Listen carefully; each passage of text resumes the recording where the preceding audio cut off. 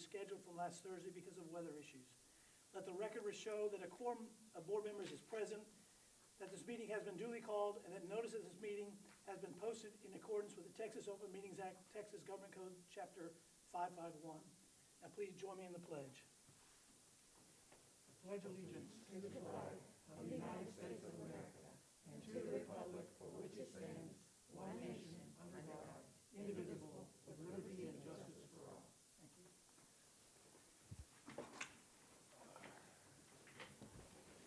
First item on our agenda is roll call. I will call the roll. Darrell Owens. Here. Andrew Bisco. Here. Leslie Carruthers. Here. Alicia Moody. Here. Michael Strange. Here. And John Clark. We have a quorum present. Next item is public comment on agenda items. Are there any? Nope. Let the record reflect no comments on agenda items. Any comments on non-agenda items? No. Let the record reflect no comments on non-agenda items. Next we have item 5, correspondence. Mr. G. We had 3 correspondence from staff members who had family members who had passed away, and just didn't thank you for the board support and the school district support in their time of grief. Thank you. We then move to number 6, special district recognitions. Mr. G. Okay, I'll start with the PAW awards. I'm going to pull this down so I can be heard a little bit better. At Kennedale High School, we have Kristen Lors, Deanna Ferris, Jay Beck, John Bowles, Kylie Martin, Lacey Queen, Ross Mullins, Stephanie Zinnan, and Tracy Hadaway. At the junior high, we had Angela Bruce, Angela Dennis, Charity Simmons, Chris Wilson, Jennifer Hamilton, Juan Rivera, Katie Greenwood. Laura Christopher had 2 PAW awards, Lindsay Hammonds, Meredith Locke. Miranda Montiel had 6 PAW awards, and Robin Fleeman. At Arthur, it was actually Rogers, Carrie Clark, Elizabeth Biter, Evelyn Ish, Kelly Sinkapami, sorry about that, Kim Barella, Mark Speed, Marty Johnson, Michelle Reagan had 2, Mariah Matthews, Olivia Bishop, Robin Shaw, Sherry Mahaney had 2, and Stacy Bitnick. At Delaney, it was Aaron Hitt, Jackie Lopez, and at Patterson, Leanne Zimmerman, Priscilla Hightower, Central Office, Cheryl Newman, and our maintenance and facilities, Michael Womack. So those are all of our PAW awards for at this time, and then we have some recognitions for the district.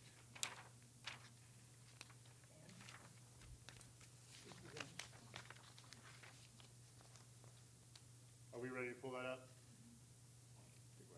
Technology. It is not our friend. Yeah, technology is not our friend. Are we ready to go, or do we need to come back to it? We can go to consent agenda and come back. Okay, there we go. All right, so we have an Air Force and a Navy military academy appointments for Carson Yingling.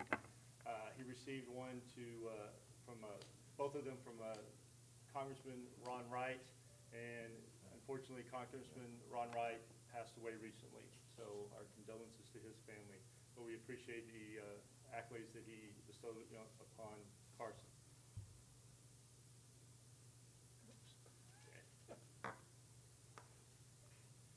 In our Carter blood drive, we have had several, I think 2 blood drives where we have raised several pints of blood to help the communities. The CTE health science students were recognized with Carter Blood Care and the Community Hero for their support and commitment to the community blood supplied during the COVID-19 pandemic. I can't remember the exact amount of blood that we gave. Do either one of you know how much we got? No? Okay. Mr. Cagle, do you remember how much blood was donated? Well, I'm saying, I know that you sent an email out saying we saved about 500 lives. Can we give or take that number in your direction? So it was pretty substantial. So kudos to our CTE group and to Mr. Burke for their efforts in making that happen. So in TSATA 2021 Academic All-State Achievement, congratulations to 2 of our student trainers, Sharonelli Brown and Sierra Moore, for receiving the Academic All-State recognition by the Texas State Athletic Trainers Association. And then health science students coordinated the blood drives, as we said. There it is, 425 lives in our community. So, okay. In the KHSCX debate, UIL 2021 district champions, Sawyer Rabelais and Mervelle Bajika An 11th grader and a 9th grader won first place and qualified for the UIL 2021 State CX Debate Championships in March. And our Lady Cat basketball team, they were the District 4A champions and they were the area champions. Unfortunately, they lost a tough game last night to Dallas Pinkston, and their season is now over, but a great season. I think that was the furthest that they made it in the playoffs in about 5 years, so kudos to them. And our CTE Health Science Practicum students, a Certified Nurse Assistant Program exam. Over the past 4 years, our KHS students have maintained a 100% graduation rate and a 90% certification rate on the first attempt at the National Certification Exam. So that is a very outstanding achievement. Is it? Okay, all right. Anything else on that? That's it. We now move to item 7, the consent agenda. All items listed under the consent agenda will be adopted with one motion unless they are removed by a trustee for discussion. Does any trustee request to remove an item from the consent agenda? Chair seeing none, I'll entertain a motion with regard to the consent agenda. Make a motion to approve all items under the consent agenda as presented. Motion by Mr. Strange, Second. second by Mr. Owens. Any further discussion? All those in favor, please say aye. Aye. Any opposed? Chair hearing none, that motion passes unanimously. Next, we have informational presentation. First item is Kendall ISD bond payment. And Mr. Adams put this on here. If we continue with our bond payment schedule, we're scheduled to pay off our bond debt 2 years in advance of what it should be paid off. So it's just for your information. Then we have first reading of update 116. Have we had fun reading that? Yeah. No, it wasn't fun. Lots of Right. fun. All 400 pages. Updates are always fun, so yeah. Again, there's no action to be taken on that, but if you have a chance to review it again, if there are any issues that you see that we need to consider in our local, I mean, most of that comes from the state saying we have to do these things, but if you see something that you want to discuss, please, let's get it in early so we can get our legal counsel, make sure it's something that we got to consider. All right? The only one thing on there that has really kind of stood out to me is the medication, and, you know, there's some wording, and we're going to clarify with our attorneys to make sure that what our current policy was probably what we're going to stay with as opposed to adopting this policy on this, so. And if anyone has those kind of concerns, please bring them up. We don't automatically have to do this. You know, it's basically recommended, but that doesn't mean it overrides our local decisions in some respects, except for the legal. Everything else we can deal with. Now, item C is December 2020 STAR end-of-course results. Mr. Oh,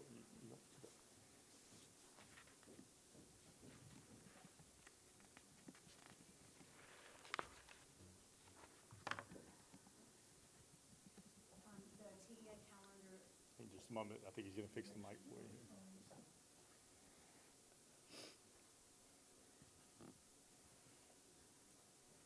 According to the TEA Assessment Division, we are to report on the most recent administration of testing.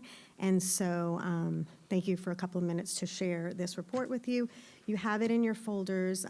This one reports on the December EOC assessments at the high school. They took place the last 2 weeks before we broke for the December break. And the report that you have is organized in 3 sections. So the first part tells you which assessments were given, and it gives you the retester versus the first-time tester makeup. And then there's a chart that shows each exam and the participation rates and the scoring for each of those.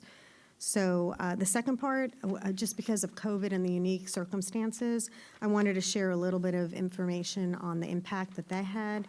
So we report that we had an 81% participation rate on the testing, and you'll find a breakdown of the remote versus in-person learners and the measures that the high school took, a lot of efforts to get that 81%, including those remote learners. And then the last section explains the role that EOC plays in the high school graduation requirements, and there's a little bit of information on a waiver that came into play for some of our students who were completing coursework in spring and summer of 2020. So do you have any questions on the contents or the report? Scores? I Has there been follow-up on I see there's a gap between the eligible testers and the actual testers? Is that just because of what you were talking there? Yes, about that was the COVID? participation rate, and so all the efforts were made that were in that report to bring those students Yeah. up to the high school to take, and then ultimately they were either absent coded or other.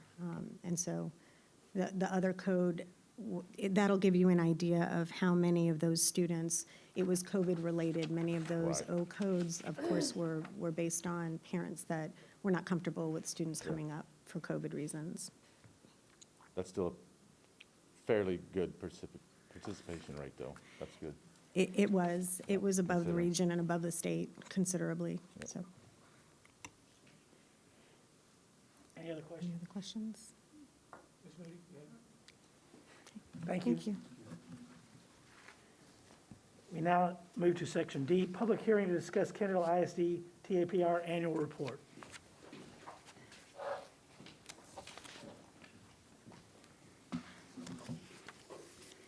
Hello. You all have a blue folder that has the presentation. It's also linked in your board book.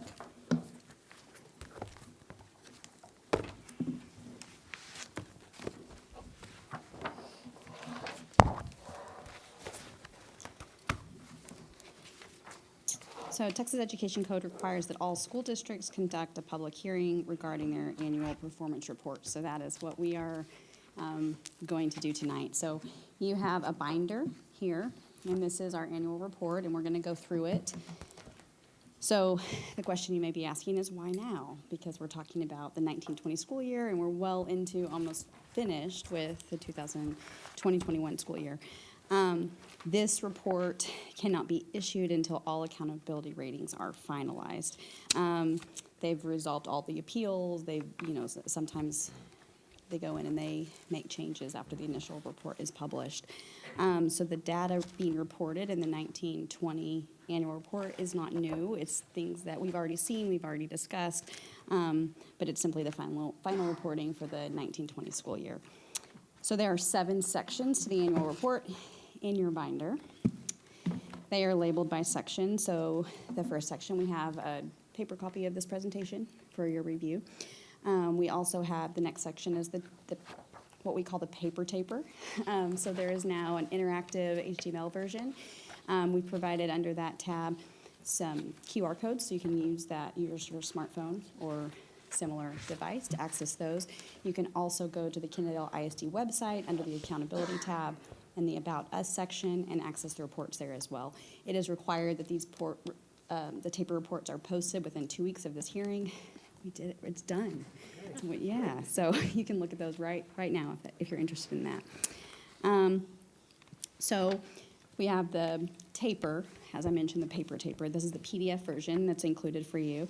It also includes the PEAMS Financial Standard Report, the 2019-20 District Accreditation Status, the Campus Performance Objectives, Report on Violent or Criminal Incidents on our campuses, Student Performance in Post-Secondary Institution, as well as the taper glossary, which is the final tab. Now, that is not required by statute, as the others are, but it is really helpful when you have questions about the taper and you're wondering about specific things. You can always go to the glossary and find out more. So the first section, if you go to the paper taper, you will see this report is compiled by TEA for every district and campus using PEAMS and student assessment data. It's published in 2 different formats, as I mentioned, the paper taper and the HTML version. So you will see our 2019-20 accreditation or accountability rating, which is not rated because we're in a state of disaster, and that's the case for districts across the state. You'll also see star performance. Now, one thing that's important to note is that due to the cancellation of the 2020 spring testing, I'm going to move this forward so I can step back. Due to the cancellation of the testing, these scores are actually the same scores that you all heard me report on last year. So this is from the 18-19 school year, and that's what they kept with. Therefore, the data reported are identical to the data reported last year. In addition, the taper includes prior year and student success initiative, so they're looking at primarily STAR scores, bilingual, and English as a second language. Again, these are data reported on measures from the 18-19 school year. The next section within the paper includes a report on attendance, graduation, and dropout rates. The most recent data from these measures are the 18-19 school year, but that is an additional year forward from what was reported last year. So that data is and has always been 2 years behind. So the next section includes college, career, and military readiness, also known as CCMR. So we're looking at CCMR-related indicators like the TSI, CTE, industry certification, SAT, ACT, advanced coursework, as well as other post-secondary indicators. The next section within the paper taper, this is all in that one tab. It includes student information, staff information, and program information. It's important to note, and we discussed this last year, that this student information is not reported by cohort. So the fourth graders typically that you would be looking at now, this is a completely separate group of students. So you can't say, well, in 18-19, our fourth graders scored 32%, and now our fourth graders scored 28%, because we're looking at two different groups of students with different strengths, different needs. So that's just important to note. The most recent data for the student information, staff information, is from last year. So this has been updated from the taper that you all reviewed last year. So the next section, which is the next tab in your binder, is the PEIMS financial standard reports. So this includes actual financial data by district as well as by campus. The next section is the district accreditation status. I am pleased to report that we are accredited again. So that's great news. The fourth section includes the campus performance objectives. So you all reviewed the district and campus improvement plans at our last meeting, the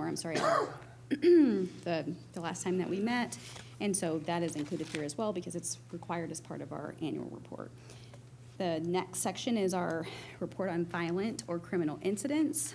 We have 0%, we'll see, on all of our campuses except for the high school. The high school is less than 1 percentage point at 0.3%. So overall, that is it's good data for a high school. We're doing a great job of keeping our kids and staff safe. The next section is student performance in post-secondary institutions, so you can look at that. One thing that I just want to point out is that because of the way that it's reported out of TEA, you print the page, it does include campuses that aren't in Kennedale, so Kennedale ISD is at the bottom of the page. So you can see how we look in that regard. And then as I mentioned, we've also included the taper glossary in case you have any specific questions. So, with that, what questions do you have? On that one for higher education, it says total graduates, that's total number, or is that a percentage? Like percentage graduating from Kennedale? Are you talking about the second to last tab? Yes, the one that has the other schools on there. Last page of that. It So just that's says the total number of graduates. graduates who attended a four-year public university. And then below that, a total number of graduates who attended or enrolled in a two-year public university. So that could be, So total high school graduates from Kennedale ISD was 233. right, but could be other years prior as well, kids that have graduated from Kennedale but didn't, if I graduated in year 5 instead of year 4 at the If they UTA. enrolled in an Right. institution of higher ed, yes. And so if you have specific questions about that, we have included the previous page. This gives you more information about how student performance is reported. Each grade point and college level semester credit, it looks at that. But that graduating class are only usually around 270? 230, 270? This one That's is still- the 2018, graduates from 2018, so it's Yeah. 2 years removed. Yeah. I can't speak to that exact number right at this moment, but I would be happy to look it up. Mr. Cagle, do you know how many graduates we had in 2018? That was a fairly big class. I think it graduated around 240. Yeah. And so this is reporting at 233, so that's a great percentage for us. Yeah. Thank you. What other questions do you have? how prepared are we to address, I guess, the gaps that are going to be apparent? Because we have a whole year that we're not getting any data, and then we're going to have data potentially Sure. next year. Will there be a way to correlate, looking at the students that were in grade 3 that have now skipped through 5? and Sure. That's such a great segue for our next agenda item. Okay. We're going to be talking about our MAP data reporting. So the answer is yes, Okay. but that is not on this particular part of the presentation. But yeah, absolutely. COVID learning loss is very real. It's going to affect our kids across all of our grade levels, and we're going to have to be very focused, very intentional, and very thoughtful in the way that we're addressing it. On the taper, so you said it was 18-19 data. On that first section, under 2020 special education determination status, it says needs intervention. Is that just a carryover from 18-19, or is that specific to 2020? Well, we were needs assistance last year, we're needs intervention this year. So that is based on the special determination status is an integrated determination status. It is a label that represents the evaluation. They're looking at our state performance plan compliance and indicators 9, 11, 12, and 13. So for, let's see, for 9 through 13, data integrity, uncorrected, non-compliance, and audit findings, we were 0, so we were 100% in compliance there. The other indicators, they're monitoring various indicators that are included in our RDA report. So in that particular case, what we are monitoring, and we continue to monitor, is our disciplinary referrals for our special education students, as well as our placement, so least restricted environment. I am very pleased to say that I actually had a meeting today with TEA where we did a call and we looked at our action plan and what we're doing, and they were remarkably impressed. In fact, the man who was on the call with us looked at what we've done, looked at what the principals have been doing. I shared our data reports, the way that we're monitoring, the way that we're tracking, and he said, wow, this is amazing. We wish that all the districts would do this. And so when you look at our data for this particular piece, it's also 2 years removed. So they're looking at the disciplinary data from the 18-19 school year, and that's what has impacted our rating right now. Data that's carried over. Right. And so we started addressing it last year, which we'll see on our report next year. And when you look at our trend, we've made great progress there. 2 years from now, I'll be able to share that with you on the Tucker report. Yeah. So I look forward to that day. So that was the longer answer, but the short answer is last year the needs assistance had to do with the EOC STAR scores. That is still factored in. We didn't take the STAR last year, so it's still those scores, but they're also looking at our disciplinary removals for special education students, as well as our LRE, least restrictive environment. In both of those cases, the principals have been doing just a fabulous job. We have a very thoughtful and intentional system that has been developed. We're monitoring the data regularly. They're doing all kinds of work with restorative practices, with culturally responsive strategies, and they're just doing great work. And I'm impressed, but so is TEA as of today. So that's good news for us. Excellent. Any other questions? Thank you. Okay. Now we'll read, guys. Now we move on to item E, student achievement progress monitoring. That's me also. So as you mentioned, in your blue folders, you have just some notes that I've shared with you. So we're going to be looking at the MAP growth data for all of our KISD students who participated in the assessment cycles during the fall and winter of the 2021 school year. So our students aren't taking the STAR, and they didn't take it in the spring, but we still want to make sure that we're monitoring progress, and that if our students have specific needs, that we're providing targeted intervention. So we have instituted MAP growth across all of our grade levels for the first year this year. So just to give you some background information, as I said, beginning this fall, we started using MAP growth to monitor consistently. So in the past, we did have some different screeners, some different assessments that we used, but it was impossible to compare data from year to year. So as you mentioned, in this taper report, we're looking at fourth graders from 2 years ago. So this year, we're taking the star, but it's going to be challenging to even think about comparing apples to apples because some of our testers are at home. Some of our testers are going to choose not to come to campus to take the test, and TA is not allowing any kind of testing from home. So we're not going to have a robust picture of where our students are. So that's 2-year gap. So when our next paper comes out, these kids who are here, they're going to be in, because it was already a year behind, they're going to be in 7th grade. So that's a challenge for us. So with math growth, it does allow us to monitor progress 3 times a year. I met with a group of curriculum supervisors from across the Metroplex today, and we were talking about those of us who are using math growth, and the districts who have been using it for several years, they were mentioning that the MAP growth indicators, the predicted proficiency, has been within 1 and 2 percentage points of the actual STAR score. So it does give us some data, which is really important. It's aligned with the standards, the TEKS in Texas, and it's designed to measure student achievement. It's administered 3 times a year. I also just want to give you some additional background. As required by HB3, the board adopted our plans for early childhood reading and math. And so we are using, as part of our progress monitoring tool and plan, we're using MAP growth in K3 to monitor progress towards that as well. So I am going to be reporting out on K3, but I'm also reporting out on the additional grade levels who are using this assessment.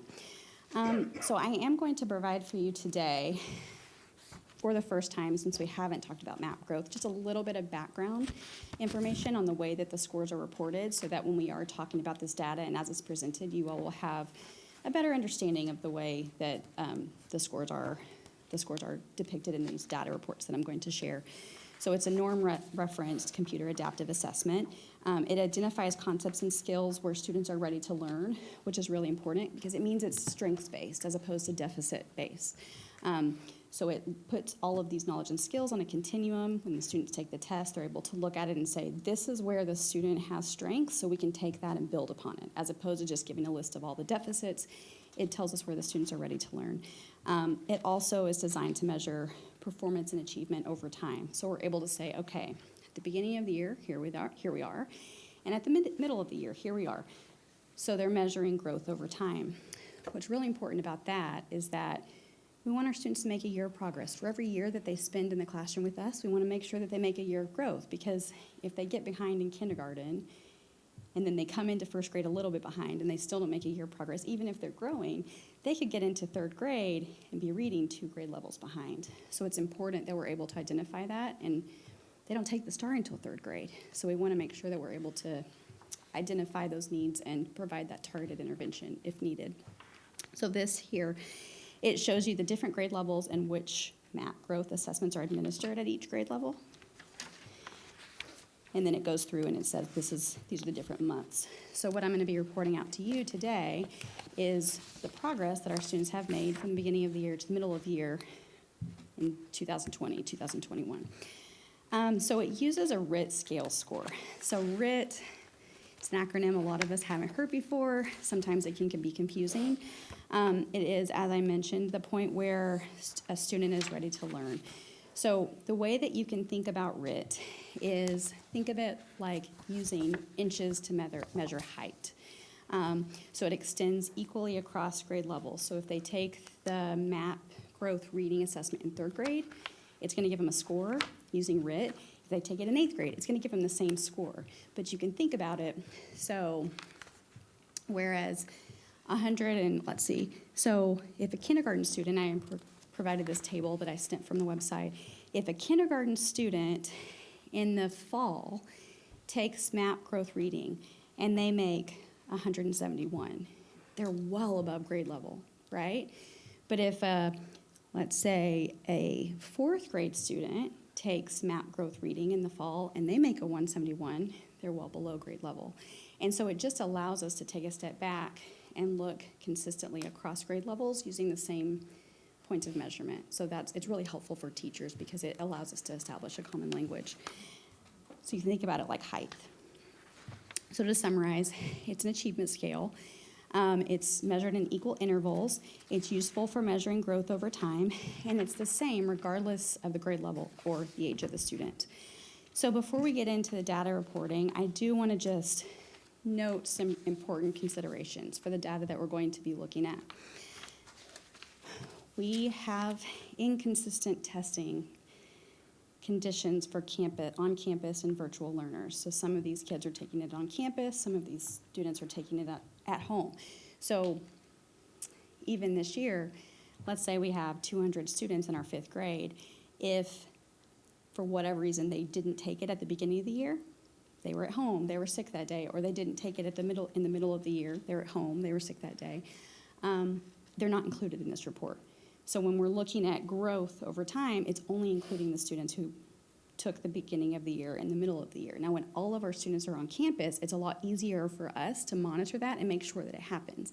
But if we have a virtual student who's at home, who doesn't take the test, we call, we do all kinds of things, and we're not able to do it, we're not gonna have data for that student at this time. And so our principals have done a really great job of communicating with the parents and helping them understand the value of it.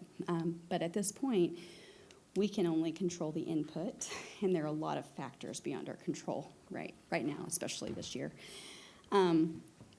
So in addition to that, there is a lack of opportunity for staff to actively monitor students who are learning from home. And so with that, we can't be sure what the testing conditions look like, and they're certainly, in some cases, not the same as the students who are testing on campus. We have had a lack of participation for many of our virtual learners. And so, as I said, the report only includes data for students who took MAP growth in the fall and in the winter. And then this is new for us. We've taken great steps forward, and we are really looking forward to what this data is going to do for us and how the information it's going to provide next year, the following year. But right now, it was the first test administration for all new teachers and students. And so, anybody who was new to the district was going to be brand new for them. And it's not as if these students have been taking it every single year, and so it was easy for them to just jump on. So the teachers, it was new for them, and then they were also teaching it because it was new for many of our students. It was the first test administration for high school across the board. So our high school teachers, we started it last year in elementary school, but this is the first year for our high school teachers.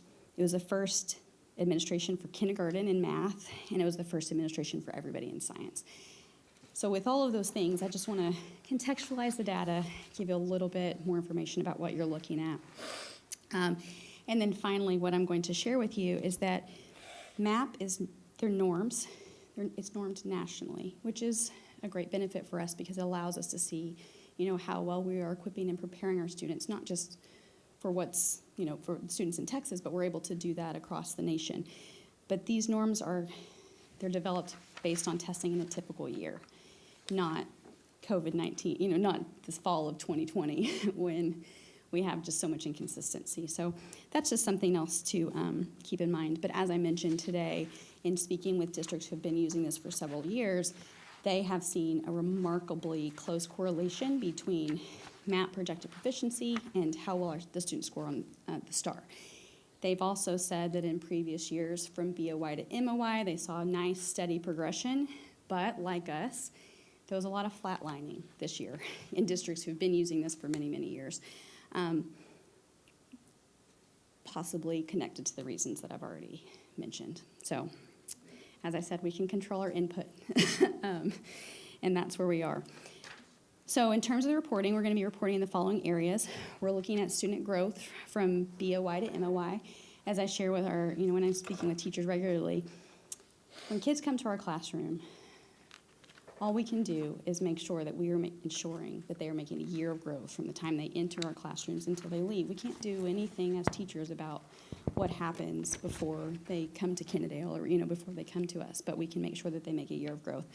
So it's important, I think, for a variety of reasons, not just to look at proficiency, right? Because I might be a 5th grade teacher who, I have half my students might be reading on a 2nd grade level. And maybe from BOY to MOY, I've gotten it, in half a year, they've made 2 years of progress. That's amazing. That's something to be celebrated. But if you're just looking at projected proficiency or like the STAR, you're just looking at the kids who pass, I might feel really devastated as a teacher because my whole class failed.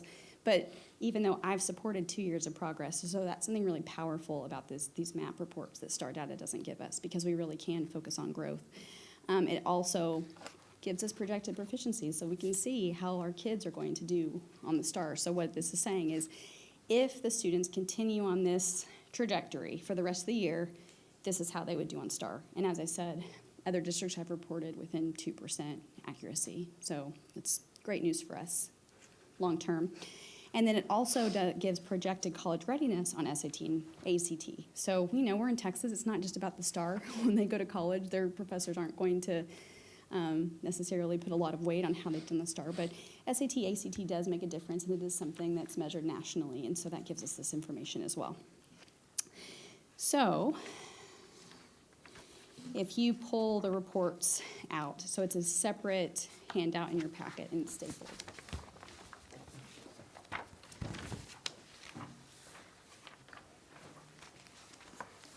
I just want to show you a good way to read them.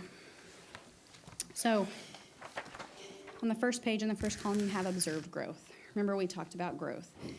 We certainly want to make sure that our students are making progress. So you can see there it says observed growth, and then it can say projected growth. So based on national norms, in the amount of time given the weeks of instruction, here's what we would expect in a typical school year. So we have, this is what we saw, the observed growth, and then this is what we would have seen based on national norms for that grade level of student at this point in the year, and it does factor in the number of weeks of instruction. So that's what you see in the growth column. So observed growth versus projected growth. The next one is the comparative data. So what this allows us to do is comparison of growth between students, because if a student, let's say, is in 7th grade and they come in testing at they're reading at a kindergarten level, students in kindergarten make a lot of progress more quickly than by the time students get to high school, because the material is more dense, the subject area matter is more complex, and so the kids are still learning at a great rate, but it just slows down as they get older.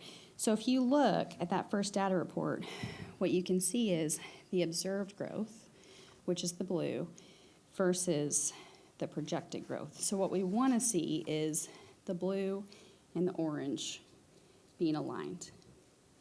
If the blue is above the orange, that means that that group of students is making more than the projected growth, which is fantastic too. So I just want to say with these particular graphs, I think it gives us really good data, and it's something in the future that we can, it'll be really helpful for us. But if we had, let's say, a kindergarten student who took map growth at home, and maybe had some additional support at home that they wouldn't have had when they took it at school, right? So, wow, we have a kindergarten kid in the 99th percentile. That's amazing. And then they take the same test at school for the middle of the year, but maybe they're not in the 99th percentile anymore. Maybe now they're in the 67th percentile when they take it at school under just different testing conditions. The graph might look like that, the way that it does here. So it's just important to, as you're looking at this data, I contextualize it at the beginning, because I just want to, data always tells a story, and we can never know exactly, the different factors that are going to influence the data. But what you might see too is, as kids get older and they're taking it at home, I myself taught secondary. I started out teaching 8th grade, and I know that when I was actively monitoring my students, they definitely put more energy and effort into the assessments than if they were, alone at home taking the assessment. And so it's just something to kind of think about as you're reviewing these data points.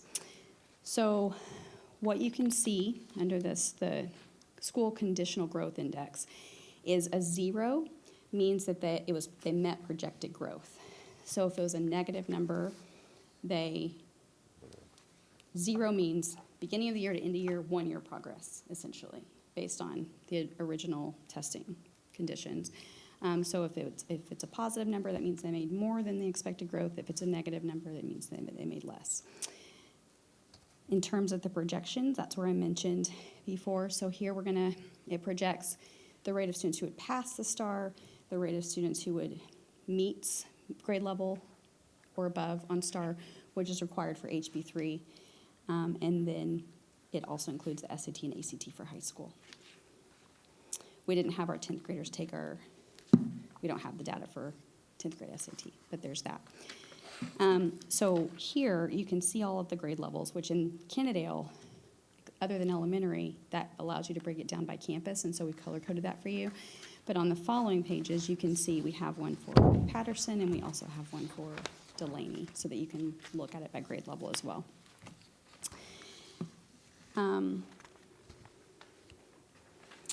So the first page that you're looking at is math. If you flip through pages, you can see reading. You're looking at growth, comparisons, and you're looking at projections. If you flip some pages, you can see language uses, which is grammar, mechanics. It's some of the things that we would see on the STAR writing test. And what we see here, one thing that's interesting is that up until next spring, writing has only been included on the STAR in 4th grade, 7th grade, and high school. It's going to become embedded in the reading test, so it's going to be tested at all grade levels in the very near future. And so that's one thing that's important to us in Kennedale, to make sure that we are monitoring that from the very beginning, so that our students aren't, if our students are in need of targeted intervention, then we're able to provide that before they get into 4th grade, 7th grade. So then you keep flipping, you'll see the science as well. So you can see the science, where we start testing in 3rd grade. And then you keep flipping, and it gives you, I just included a key as well. So I've explained the different columns, but this is actually from the MAP Data Report Handbook. So I just want to let you know that following each administration period, there's an analysis conducted at the campus level as well as the district level. We have a meeting where our principals come together, our directors come together, we review this data, we dig deeply into it. We talk about strengths, needs, areas of opportunity, and our next steps. We identify groups for remediation and targeted intervention. We determine an instructional focus, differentiation strategies. It also informs our district and campus improvement planning. And so right now, I'm reporting out to you. I'm giving you a bird's eye view on this, but this is something that we as a leadership team take very seriously, and we are using this data to inform our instruction. So to speak to your question from the annual report presentation, yes, we are monitoring this, we are tracking this data. In addition to this report, each campus principal has developed a handout that digs deeply into the data from their particular campus. It identifies strengths, needs, and next steps to give you an idea of the action plan that each campus is taking. These results and action steps were reviewed and discussed during the principal PLC in February. And then I've also provided just additional support for staff. Here are some different things that we are doing to ensure that the staff understands what MAP growth is for, the opportunities that it provides for us, and how they can use the data. And we will continue to do that this year and in subsequent years as well. And that is what I have for you. So what questions do you have for me? What questions do you have for the campus principals who are here as well today, who can speak to what's happening on individual campuses? I had a question. Do the parents and students, how do they get access to their kids' individual scores? So there's an online portal. Dr. Keyes, do you want to speak to the district level, and then maybe our principals can talk about what we're doing at individual campuses? So parent access to. Because I mean, like you said, I mean, I agree. I think as a parent, it'd be really good to know this is how far Johnny has grown in math or reading. Yeah. So the reports that are available, parents don't have access to that portal. However, there is a family report. And so every student has a family report that can show the test that they took. It shows where their projected growth was, and it also shows where they were. So, for instance, if your child is now in 4th grade and they've taken MAP for the past 3 years, you as a parent can see those trends, and you would actually be able to see what they were projected to do and how they're on target with those trends. Those are the type of reports that the teachers sit down with the parents and have a discussion with. Now, I can say last year, I'm sorry, there's nobody by me. I can say last year, teachers were encouraged to not just send those home They because didn't know what they were looking at. correct. Yeah. And when you just send home reports, and if it says that my kid's supposed to be here and they're here, that's a like, oh my gosh, what did I do? What's going on? And so they're really encouraged to sit down with the parents and discuss those. And that happened at the elementary level. It's been recommended that when you do express this information to the parents, that you're very cautious with letting them know this is the first time for some of these kids to take it. And anytime, the first time for anything, you need to have an adjustment. But that information is available to parents, it's just not through a portal. So it would be, some of the teachers did it in their initial fall conferences for their BOY, and then they felt comfortable sending it home in the MOY. It can also, it's a PDF, so it can go through Google Classroom, it can be emailed. So campus principals have some flexibility on how they allow their teachers to disseminate that information to the parents. Yeah, and I only asked because I did request it for my teacher, but only because I deal with math in my job, so I knew all about it, and I wanted to see those scores, so I knew what I was looking at. Now, I will say they have been erring on the side of caution with this year, with those reports, for numerous reasons. Maybe the parents want to know how smart they did on that, but so there's, so I know that some of the teachers were a little leery about actually sending those home. It doesn't mean that they're not having discussion with parents, but just based on how Yeah. Things work. the world. How good they are at fifth grade math, Or not, yeah. Or not, yeah. So, yes. Uh-huh. Thank you. So with that, we are working on a district-wide communication plan for deployment. We've started with enacting the assessment piece.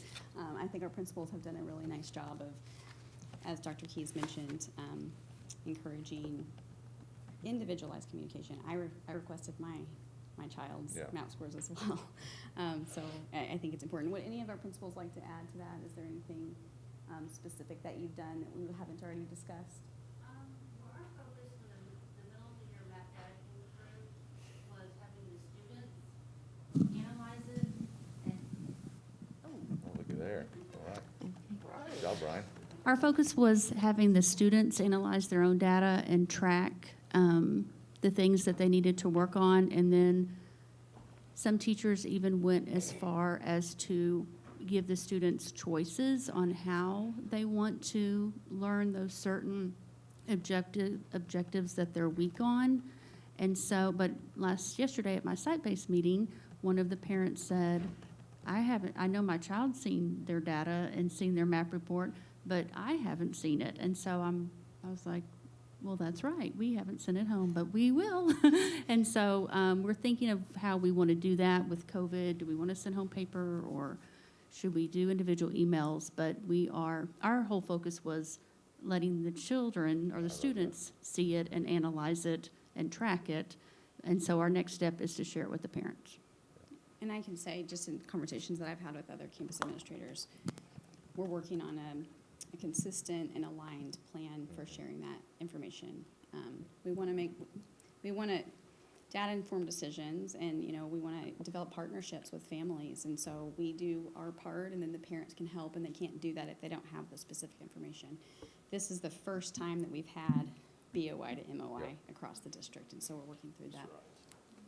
Mr. Rines? And so we are, actually last week we were supposed to send out our MAP scores to the parents via email, but of course we didn't get an opportunity to do that. So it will be this Monday we're sending them out. And we have a little spiel about what to look for so that parents kind of understand how to read it. And we were doing a pulse meeting with our parents. Open that up so that if they do have questions about it, it'll be next Thursday, Dr. Keys. I'll send you the invite. Next Thursday, we'll have the pulse meeting, so that if they do have any questions about how to read it or what does all this stuff mean, they'll be able to understand it a little bit more. So that's what we're looking for. I think it's a great tool for them to be able to watch and gauge how their kids are performing and progressing through the years. Mr. Cagle, did you want to say anything? The high school has there's not much. This is year 2 for most of the campuses, year 1 for ours at the high school. So I think the implementation was K through 8 and then 9 through 10. So this has been new for us, but it has been, from an administrative standpoint, it's the first time in the district. I've worked at the junior high campus, and we've used, we have, this is the first time in the district I can say from ground up through the high school that we have the same data set with kids. And this is important, especially in a year like this. I can say right now, I don't know all of our freshmen. Ms. Moody, I know your son. I see him every day, but a lot of our freshmen we don't know. These reports that we have been invaluable in our virtual ARD meetings and 504 meetings. They've actually helped us. That piece of data has helped us make some decisions. I know Mr. Strange was looking at just a few minutes ago some indicators that we've been following for special education.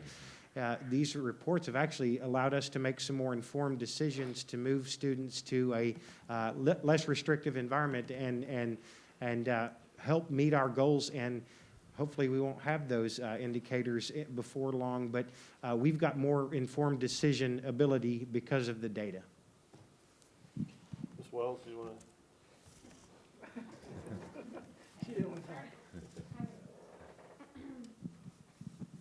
This is our second year using MAP, and I think our teachers feel a lot more comfortable with it. I know that they use them for parent meetings and feel more comfortable using them in parent meetings. And one of the things that my principal found was, and it was an eye-opener, was we found a specific grade that made us look at being more specific and intentional in our teaching. And when we brought it to the teachers, we found out that they were already specific and intentional. So we have lots of opportunities for growth, and we've really used this year as a learning opportunity. Let's get something in place so that we can learn and grow from it, collect some feedback. Overall, yes. I wanted to say that in our last principals meeting, we had some of the best discussion that we've had since I have been superintendent here, all about this data and where we're going with this. And I made the comment, I felt like a proud papa, they're shaking their heads because they know it's eye-opening and it's awesome. And, but we got a lot of growth that we got to do with it, so. Yes, ma'am. My question, the first one is, do we have a person that's assigned to the district to help with the reports now? Yes, so in terms of putting this data together? No, from MAP that provides professional development or helps teachers with the reports, helps central office staff with the reports. So yes, in the fall, this fall, we did a TOT model. In fact, on the last page of the notes that I gave you, I linked to a video that we used to kick off the district-wide professional development. So we brought in MAP, they trained people at each campus. And then the campus teams went back and worked with their teams as well. I'm in talks with our curriculum and state services team to continue that work, take it to the next level. Our campus interventionists have just been tremendous in taking that bits of information that they got and turning it around and taking it back to their staff. It's something that we want to continue to do. So yes, we made a video, we had a presentation that we used district-wide, and we're going to continue that work this summer and into next fall and spring. Okay, but do we have a person from NWEA? It's assigned. That's assigned to Kennedale that will come at the beginning of the year, and they'll come at the middle of the year, and they'll come at the end of the year? To walk them through. Do we have that? And if we don't, how much does it cost for us to be able to do that, to support the work that they have to do? We've spoken about that. So cost-wise, it's approximately $700 for training sessions for 12 people. And they can customize it any way they need. And we have, like she mentioned, have somebody come in. I've also worked, because I've been the person that's been working with MAP for the past 2 years.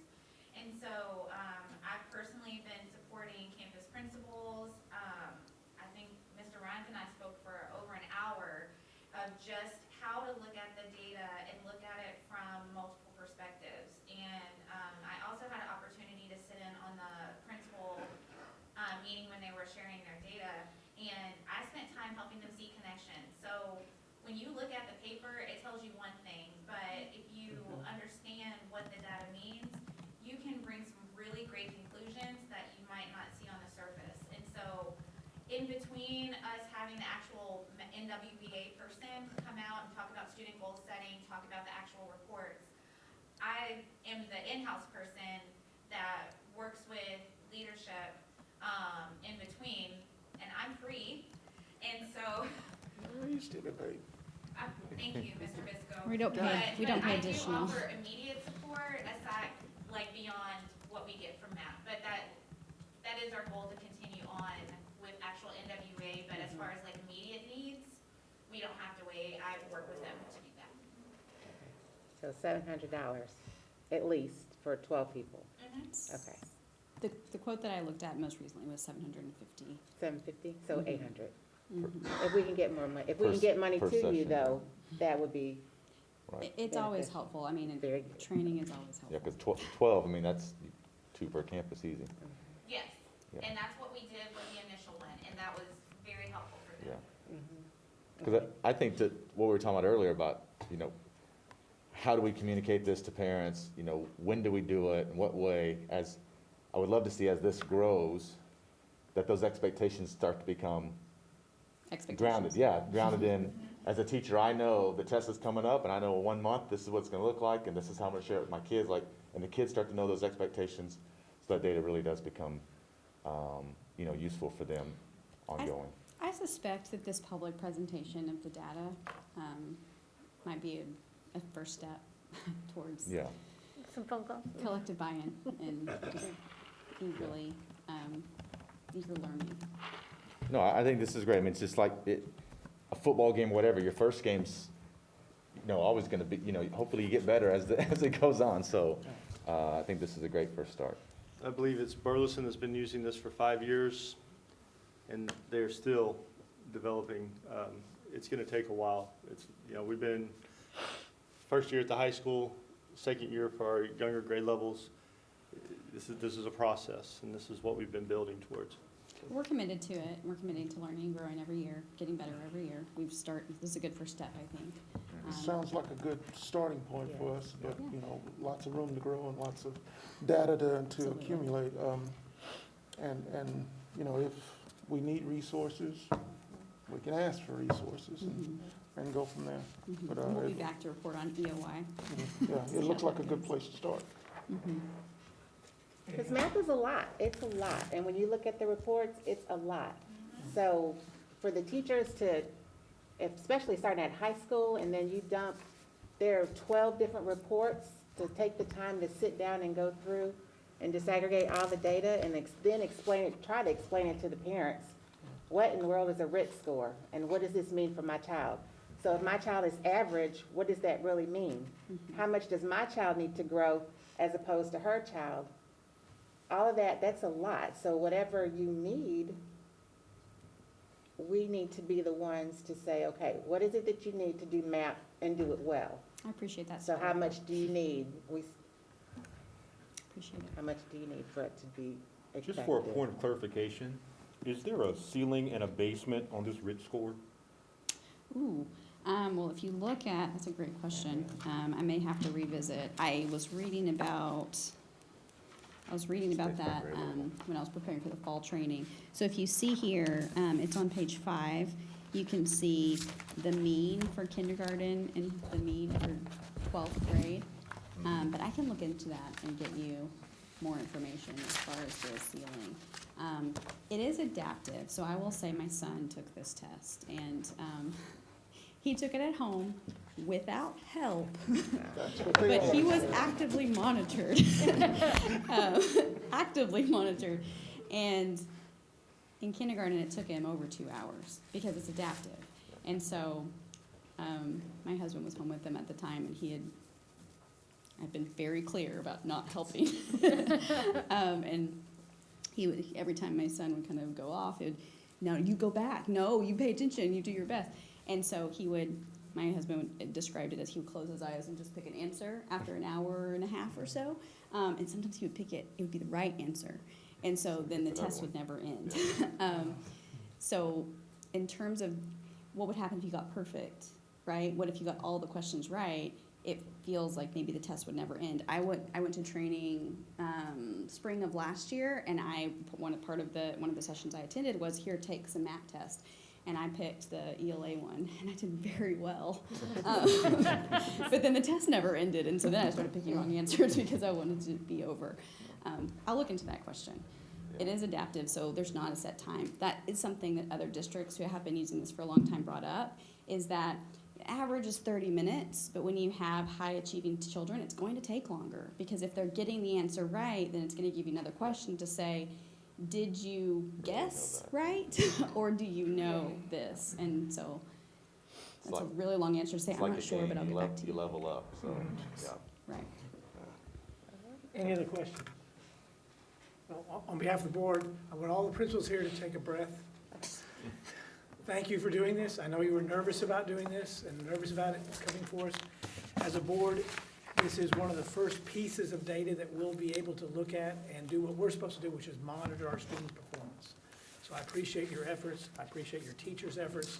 I know it's an extra burden to them, but hopefully with this tool, we can move forward and do our job to monitor their performance and help you do yours. So again, take a breath. It's okay. See, nobody's beating you up. I appreciate you for saying that. Thank you, great job. Any other questions? This is information only, so no vote, no action needed. Okay, thank you. We now move on to section 9, business items requiring action. First item A is discuss and consider approval of board resolution for after prom donation. Alex and Ally, you're up.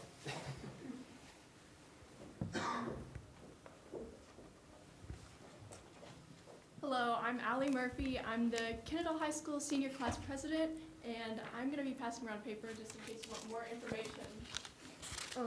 Hi, I'm Alex Hines. I'm the Senior Class Vice President, and what Allie is passing out is our prom plan.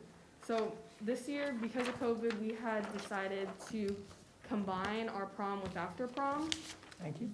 To kind of minimize the COVID spread, because after prom tends to be a lot of touching with inflatables, playing games. Not too much information.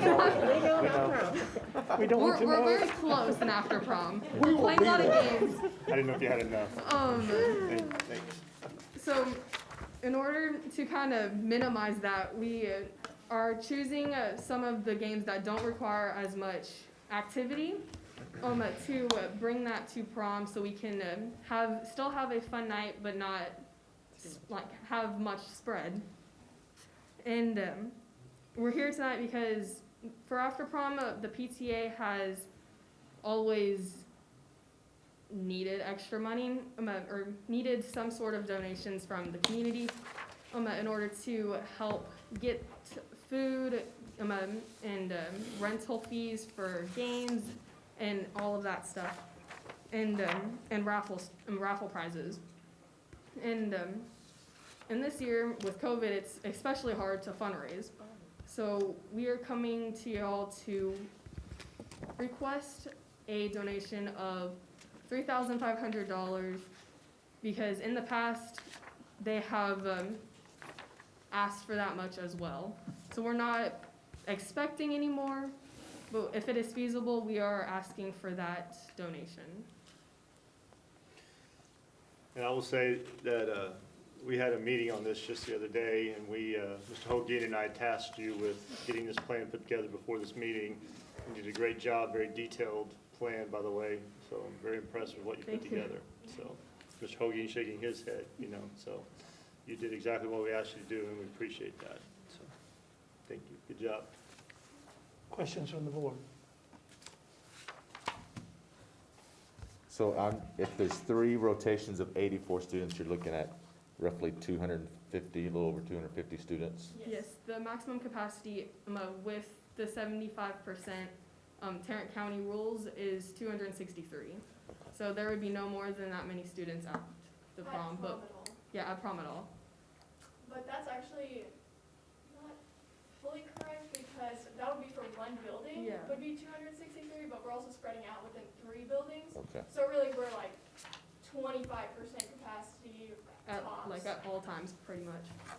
Well, my follow-up question was, because how many kids are in your, this is just a senior prom, or is this seniors and juniors? Seniors and their plus ones. In the senior class, we have 226 students, but in the past, we have usually only had 60 to 70% of the senior class attend, and that's not including their plus ones. Are they doing clothes? Are y'all changing?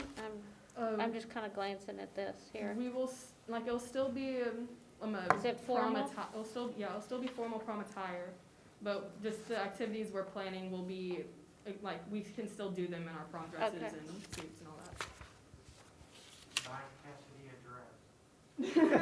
She still has last year she needs to wear. We need a prom. I guess my wondering is, and maybe this doesn't happen, but what happens if you're number 253 and you want to go to prom?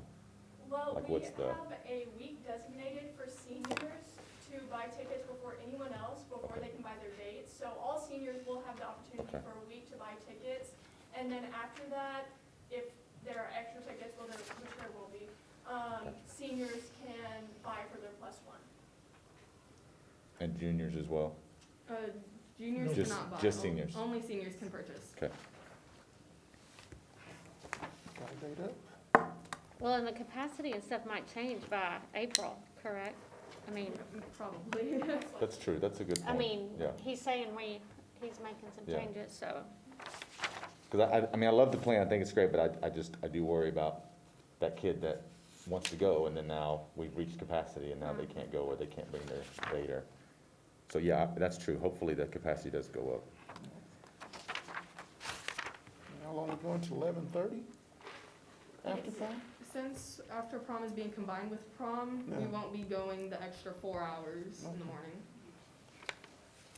Which also saves some parents. There's some happy administrators. What? They'll just want to be later. It That's won't change. part of being a parent, is to get to have to stay up all night at that. I got to do that. It's a rite of passage. Any other questions? So I feel a little out of touch before I ask this question, so just, where is Classic Oaks? It's in Mansfield, kind of closer to Rendon. Yeah, it's like on the outskirts of Mansfield. It's a ranch. Like building Big Green Trim, is that the one that? Ellie, tell them why y'all chose that venue over our traditional venues. Cost, honestly. We were working on a pretty small budget because we didn't get that much fundraising last year. Or this year. It's also really beautiful. If you do get a chance to go look it up, it's a beautiful place anyway. And also it allows for more social distancing because there are places to go outside as well. Any more questions? I don't have a question. I think you guys did a great job of putting this together. I wish that we could have you do something better than a boxed lunch or a boxed dinner. I mean, my heart went out to the seniors last year, but you guys, you're still chugging along and doing what you need to do for your senior class. So kudos to you, and very good job, ladies. Good job, ladies. Thank you. Then I will entertain a motion with regard to the request for funds for prom after prom. I'll make a motion to approve the resolution as presented in support of Kennedale High School after prom in the amount of $3,500. Motion by Mr. Bisco, Second. Oh, You got it. Yeah. Which one? I don't care. Melissa Mr. got it. Carruthers was a second. Okay. Any further discussion? Chair hearing none, all those in favor, please say aye. Aye. Any opposed? Chair hearing none, that motion passes unanimously. Thank you. Up here. Now we move on to B, which is discuss and consider approval of waivers for hybrid instruction on testing days.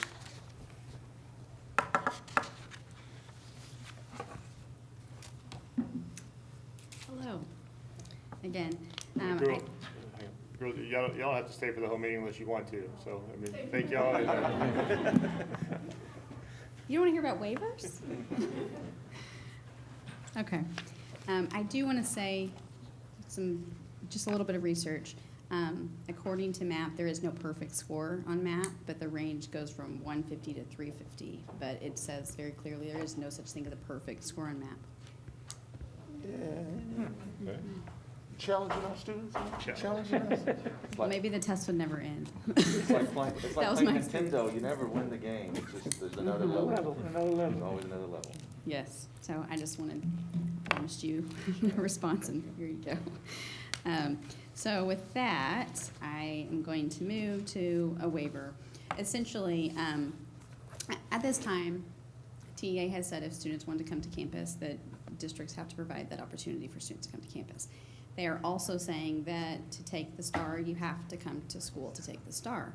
So when you think about things like space and things like staff required to actively monitor, you do a little quick arithmetic, you very quickly come to the realization that for all the students who are testing with the space that we have, we can't ensure 6 feet of social distancing between each student who is testing. And with that, because we do have walls in our classroom, we'll have fewer students in every room than we would typically. So we have to have more staff than we usually keep to monitor the test. All of that to say, TA is allowing a waiver that basically says if the students are testing, they're on campus, and we can, as a district, say if you're not testing, you are learning from home that day, because it allows us to ensure safety protocols for COVID-19. And that learning has to be asynchronous because you're going to be involving your staff in the testing. Right, so they will be at home. For example, maybe the teacher has put an assignment through Google Classroom, uploaded a video or some kind of activity, and those students for that day, it's going to be different. I'm sorry, I think it's me. Oh, I thought it was me. It's going to be different depending on the grade level, depending on the campus, but the goal there is just we're spreading the kids out, we're spreading the staff out, so on testing days, that's what it's going to look like. So the individual campus administrators will be communicating the specific details with their parents, but that's what this waiver allows. So even though that's common sense and common knowledge, TA is still forcing us to do a waiver, so you have to approve a waiver to do that. Because we will communicate with the parents that on STAR testing days. So for example, this will be challenging because if we're on an elementary campus and they're testing 3rd, 4th, and 5th grade, maybe our K1, 2 students will be learning from home that day. It's not an ideal situation. None of this is ideal, but if we're going to ensure that the students who are on campus are able to sit there for 3.5 hours with at least 6 feet of social distance, which we want to do because we want to keep everybody safe, it's what's required. As you noted, perhaps with the EOC reporting, our high school administrators did a tremendous job getting an 81% participation rate. When I heard that, my jaw dropped because I haven't heard that in my discussions with other districts. But we can't be guaranteed that we're going to have that kind of participation rate. So this waiver may not be necessary. We're not going to know that. It is conditionally approved by TEA because they're telling us that we have to do it. It does have to be board approved. We won't have our testing schedule finalized until we get final information from TEA, which we haven't received yet. We're going to have a nice test run with our interim assessments because we're asking our kids who are learning virtually to come and take the assessments just to get an idea of what that's going to look like. But I have a question. Yes, ma'am. Okay. If I'm in 1st grade and this is the May assessment, well, let's start with the April assessment. Sure. I'm in 1st grade and the 4th graders are testing writing. I wouldn't come to school that day. I would stay at home. That's not guaranteed. It depends on the campus plan, the campus needs, staffing, and student. It just gives districts the option to do that if it's needed. Okay, so I'm that same 1st grader, and then May comes along, and if we approve this, I will have missed a day for the April administration, and then I'm going to miss 3 more days for the May administration. Because based on how I understood it and read it, I have to take the reading test. My 4th grade brother is taking the reading test. My 4th grade brother is taking the math test. and my fifth grade brother is taking the science test. Right, 4 days So of if I'm in testing. first grade, I would miss, in addition to everything else we've done this year, I would still miss an additional 4 days of school if I'm in elementary school. So I'm gonna let Ms. Bolding speak to this, if she has I'm something just- to If add. I'm but an in-person In-person. learner. I will say that if that were the constraints due to the campus size, due to campus staffing, that could be the case. Now, they are gonna be learning asynchronously, so they are gonna be. Well, I'm thinking of it as a parent. Me I'm not too. thinking of, I'm thinking of, I I've got a understand. child, But And fifth they're gonna grade and miss. fourth grade aren't gonna be at the same day. Well, Fifth they're grade's gonna on be a at different two campus different here, campuses. so They're it's gonna be third and different campuses, fourth. So Right. they won't affect the kindergartner or the first grader. These are the circumstances that TA has created for us. Yes. Ms. Bolding, would you like to add anything? or, It wouldn't necessarily be the same group. It just depends on, for instance, if third grade and fourth grade weren't testing on the same day, it could be that third graders would test and the fourth graders could be home that day, not necessarily the lower grades. So we're trying to have a balanced approach and not use the waiver when not necessary. The campuses have done a great job. We've been working with technology and administration, and we're on our second draft, and I'm hopeful that this one's going to work. But they are looking at every possibility of social distancing without having students at home, so this would only be on rare occasions. We're trying not to do We this. did include the dates that could possibly be, but we don't anticipate that it will be all of those dates. But we wanted to include them, because we've gone back and forth a couple of times with the campuses, and again, working with technology, we want to make sure everything is clean, separate, have enough administrators, so that it's not too many, that we're not depending on substitutes or having people cross too many areas. So we're really trying to look at it in a very balanced way, and the campuses are trying to have all or as many students on campus as possible. And I think, to say realistically, it's better to have the waiver and not need it than to need it and not have it. And we have a deadline, I think, that we have to meet on that, so. It's conditionally approved through June. I'm sorry? June, I think, is what I read. So to say that more succinctly, Ms. Bolding and the campus administrators are doing everything that they can to minimize disruptions, to make sure that that doesn't happen. But your question is, would TEA allow it because of the requirement that students test on campus? Yes. We don't want to do that in Kennedale. We don't want to do that. We know that's not in the best interest of our children, and we want our kids to have as much access to their teachers and the learning that they have chosen this year as possible. But we are required to administer the STAR test, and we want to ensure that we are keeping our kids and our staff safe. And with that, she's put already hours and hours and hours into this testing schedule that is yet to be finalized just because of all of the changes.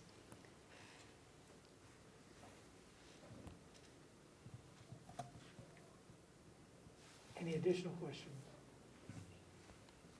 The alternative would be, we don't have the waiver, and we have kids come, and we don't ensure social distancing. well, That do would we be the not have alternative. the dividers, and they're sitting on each side of the desks? And if we looked at the capacity of each classroom, you have 22 students, and I'm speaking elementary, I know middle school and high school is something totally different. But they also have larger environments, so they have the auditorium, they have the gym, they have all that. So if you have 22 in the classroom, the capacity is 11, or we're planning for majority of the students to come test? Two At this to a point, we table, can't- one on we this can't side, one on know. this side, and the dividers? I'm asking questions because I'm not in the school and I don't know. Yes, ma'am. It's possible we could do that, and that's something I know that Not we've and looked keep at. 6 feet apart. I mean, Michael. But we don't have dividers here, so you're right as far as how we're sitting. Yeah. But if you're sitting in a classroom and you've got a desk over on that side and a desk on that side, and you've got the divider between it, then you can get the students in the room. then you Or have if to- you're putting them in the library and you know the capacity, if it's 45, the state said, CDC guidelines, half of that is what you're able to put in the classroom. So if you guys know how many kids you have coming to school in person every day, so you have that information, but I'm asking, I don't think Have we we've con- got have we thought about dividers that? for all all the. I'm sorry, Mr. Pistacchi. I don't think we have dividers for all of the rooms. Okay.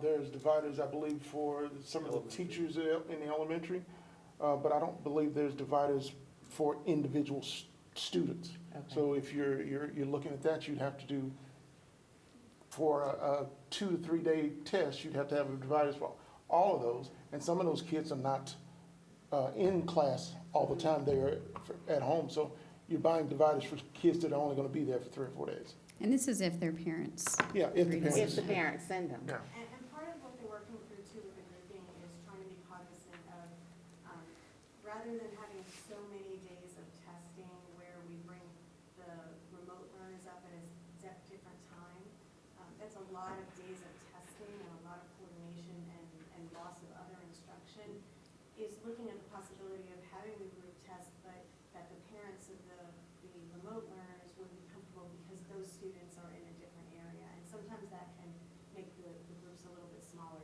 too. But again, that's working at the individual campuses trying to work through that. And we have a lot of variations on the percentage of remote versus in-person. So it could be really different at the junior high than at the elementary. And even the participation, like Dr. Wu said, we are looking at running interims, and we think we'll start to get a better idea of parents who absolutely won't bring their students once the campuses can talk through coming up for interims to have that kind of practice run through and the same type of conditions for testing. So we are planning to have a schedule based on what we know and eliminate as many disruptions as possible. But I think we'll get a little bit more information on what that really looks like as we get through interims. And you do bring up a really important point that we've talked about before. This kind of testing disrupts learning. And in this year,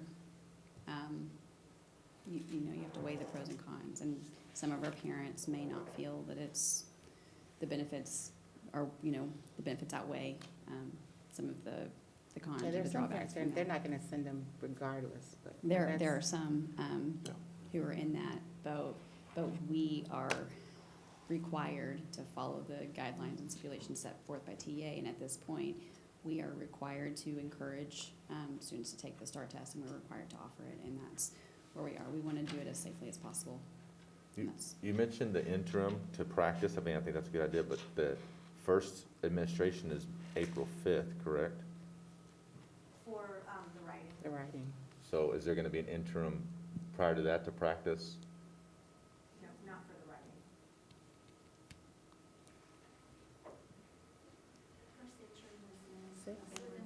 Well, It's April 6th. It's the 6th. but we still did, we did the first interim in November, the second one is in March. And you had in-person kids come, We had virtual, and or, yes, I'm sorry, virtual kids come. Okay. We can ask nicely, we can strongly encourage. Well, I'm just saying, like, if you've already practiced this before, I think hopefully you have a good idea of what's necessary or not. The elementary had very high participation, very high. They did that the first round. Because I mean, I agree with Ms. Moody on the idea of, from the parents' point of view, having a kindergartner by themselves at home because their brother or sister has to be at school to take the test. So Yeah. hopefully if we've already had an interim or so that We have an idea. that's already been communicated with the principal or teacher that this will And be the issue. these unique circumstances have created unimaginable challenges, and it's almost an impossible situation because you have to make some really difficult choices that in other years we haven't had to make. So do we want information about our students so we can provide intervention and progress monitoring? Or do we want to keep our students away from, you know, potential exposure? But that's the situation that TA has provided for us, and so that's where we are as a district. Any other information? All right, then I'll entertain a motion with regard to the requested waivers for hybrid instruction on testing days for the spring of 2021.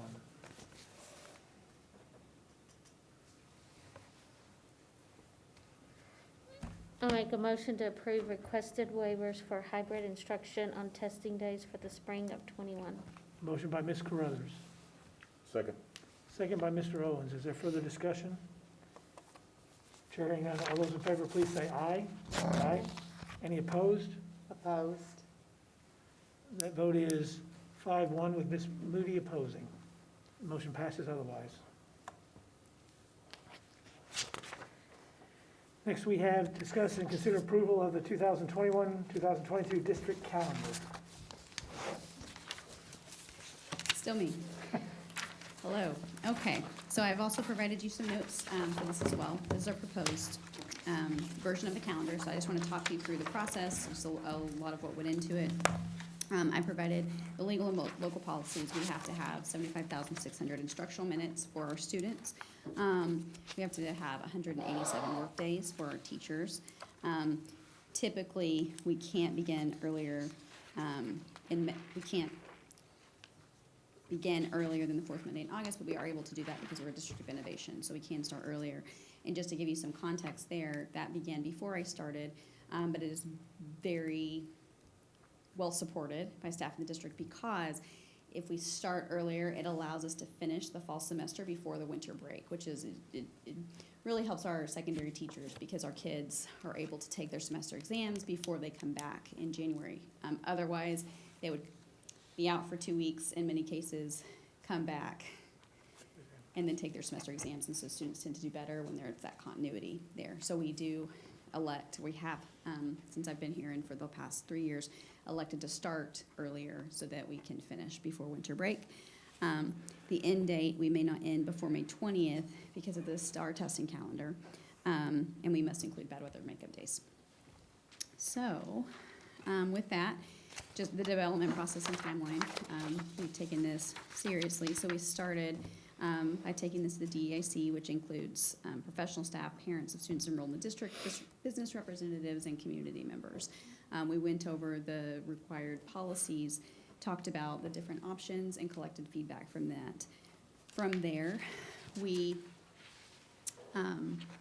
shared what the DEIC, the feedback from the DEIC, and we asked the principals to take that back to their campuses and get additional feedback from their staff. We took the collective feedback from those stakeholder groups, and we developed 4 versions of the calendars. We brought the calendar to the executive meetings that includes campus administrators, also includes our director of food and nutrition, our director of human resources, our director of health and safety, because their perspectives are different. We shared the 4 calendars, we talked through the differences between the different ones, and from that, we got a 5th calendar based on their feedback. So on February 11th, I took all 5 calendars back to the DEIC. I explained the differences between each one. You can have anything, but not everything. But based on the different pieces of feedback, we established a list of priorities of the things that across all groups people were requesting, and you can see that on the next set of notes. So balanced semesters was something we heard across the board. Ending the fall semester before winter break was important to everyone. With that, because we have to stay within the semester long enough, that's where our April break came from. And so we have March break, and then we have April break. That's also very well supported, our April break. I haven't had the opportunity to experience an April break in Canadilla ISD yet, though coming up to 2 years, but I'm so excited about it. Last year, I had to cancel a trip. So another thing that we did this year that got great feedback too is rather than starting the students on a Monday, we started them midweek. So our teachers could come in, our kids could come in, we could establish some rituals and routines, get them used to school, and then that way we can hit the ground running that following Monday. So that was something that we heard across the board. One thing that I didn't hear last year, but I've been taking notes since we did this before, is building in holidays, at least 1 per month throughout the year. So our priority last year was ending by Memorial Day in May, and what the feedback we received this year is we need at least a staff holiday every month. So the calendar that we're proposing does include that. So we have President's Day, Columbus Day. You can see the different, each month we have a day that we have a staff holiday. 2 full weeks at Christmas. Balanced semesters, as I mentioned, fall semester ends before December break. a staff development day in February because we have to have some time to do our TELPOS calibrations, which is required by the state. And then our March break aligned with Mansfield and Fort Worth if possible. So we did check the calendars against them, and so we do have that option for us this year. The proposed calendar that's also included here, it has 76,050 minutes for our students, which is 169 days, 187 teacher days, a minimum of 1 student and staff holiday per month. One thing that came up that we did after we adopted the 3rd calendar, I think for this year, is we added that professional development day after the long breaks because it gives our staff a chance to enjoy their break and come back and have a PLC day with their teams. That was something that was well received, and so we did include that in this calendar after the long breaks. Now you'll notice that we did mark a couple of those for bad weather makeup days, so if we do have another week like we had last week, then they won't get that, but it's important because it's hard to drive up here on Sunday night and the parking lot's full of teacher cars because they want to get ready. And so having that time, not only are kids going to get better instruction because we know that our teachers are using data to plan for that, but it also I think it gives our teachers some grace over the break so that they can enjoy their time away. So the last day of students is May 26th, the last day for teachers is May 27th, and then I've included the bad weather makeup days as well. So the recommendation is, I've provided a copy with you. Of course, this is a draft. It has been developed getting feedback along the way from multiple groups, and we have done as much as we can to really be responsive to the different priorities expressed by these different groups as well. What questions do you have? Dr. Bill, will you explain one more time, why do we have a second break in April? So that we can end the fall semester before winter break. So with that, you have 2 9 weeks on either end, and you have to go to a certain date in May because of STAR testing. And so we have too many days otherwise. Because we go above the necessary minutes per day. We do. Right. Mm-hmm. Yeah, that was something I didn't include in the PowerPoint. So we went to 475 minutes per day this past year. It was a longer school day because of just everything that we needed to do for COVID. And so that was a question that was posed. Do we want to keep the longer days because it does allow for more PLC time during the school day? There are some benefits to it. Or do we want to go back to the 2019 450-minute day? And almost exclusively, we got 450 is what I was was. about to say, most people, I think, want to go back. Almost, I think I got one piece of feedback on one of the Google Forms that said, I like the longer days. But we went back to the 450-minute day. Yeah, so the calendar is proposed is 76,050 minutes, and the requirement is 75,600. With our bad weather makeup days built in as well. Did you answer the question, Ms. Marie? Did you understand what, because we're. Well, but that discussion just brought up another question. So right now, the kids are in school 475? Yes. And we're going back to 450, the Yes, ma'am. recommendation is to go back to 450? Yes, ma'am. That's less days off compared to this year. Yes, sir. Right. For next year. it'll We be have, less we have days. more student instructional days in this calendar than we did in the previous calendar. Teachers have to work 187 days Right. Yeah, in the the teachers, contract. yeah. So They're this year, we stuck no had matter what. more professional development time built in to provide support for shifting to virtual instruction and then for We did that other at the things. beginning of the year to Hopefully we'll be give out us of that time, give the sometime. teachers time to get prepared for the virtual instruction. Right, and then I brought you the waiver for the spring so that they could have those additional PLC days built in, so yes, we have significantly more student days in this proposed calendar than we did this past year. So they'll be in school longer next year, just for more days, but less time? Or is that backwards? The days More won't be longer. days. More days, and Less hours per day. More days, less hours? Fewer minutes per day, but overall, Longer period. actually more hours per year too than it Okay. is in the past year. It's just more days, more hours, more minutes, days, all of them. Basically, at the elementary, they're starting 20 minutes early. So, say a teacher now is getting there at 7:15, well, now I get there at 7:35 and be ready for class. And yeah, we're looking at the start times, but that wouldn't be finalized until we have a calendar to start with.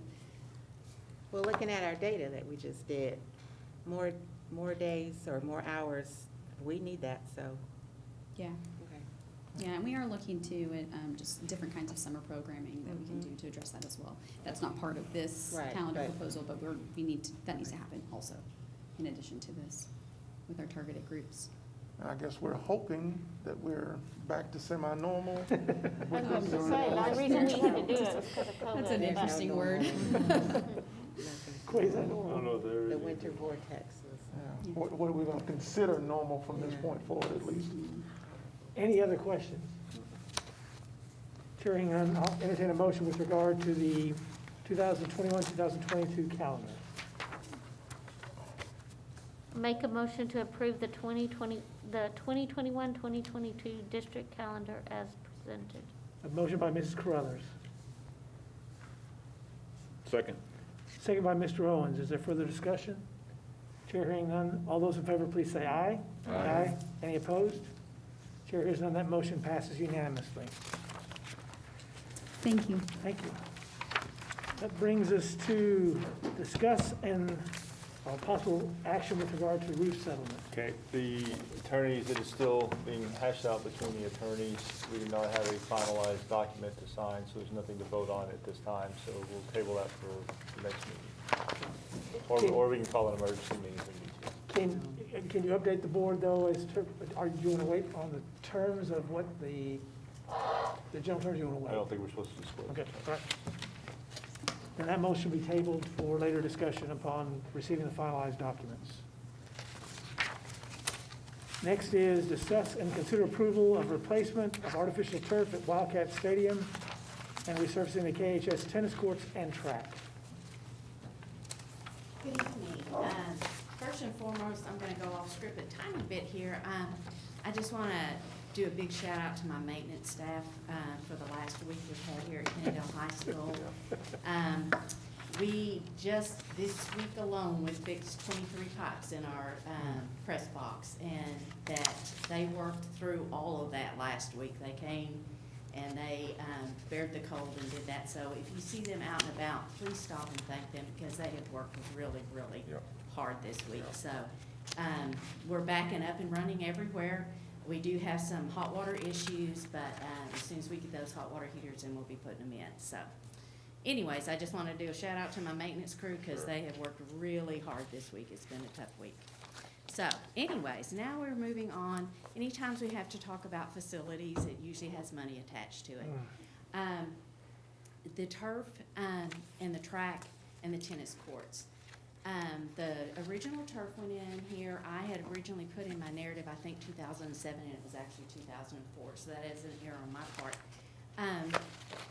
The assumption that when you put in turf, it's there forever, and that's really not true. You have to change it out about every 8 to 10 years, and we're just at that end of life point now. We did test it this last year in May.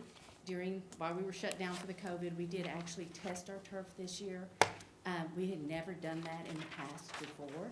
And our testing is showing that we are at the end of life at this turf, and it is time to make some changes on that.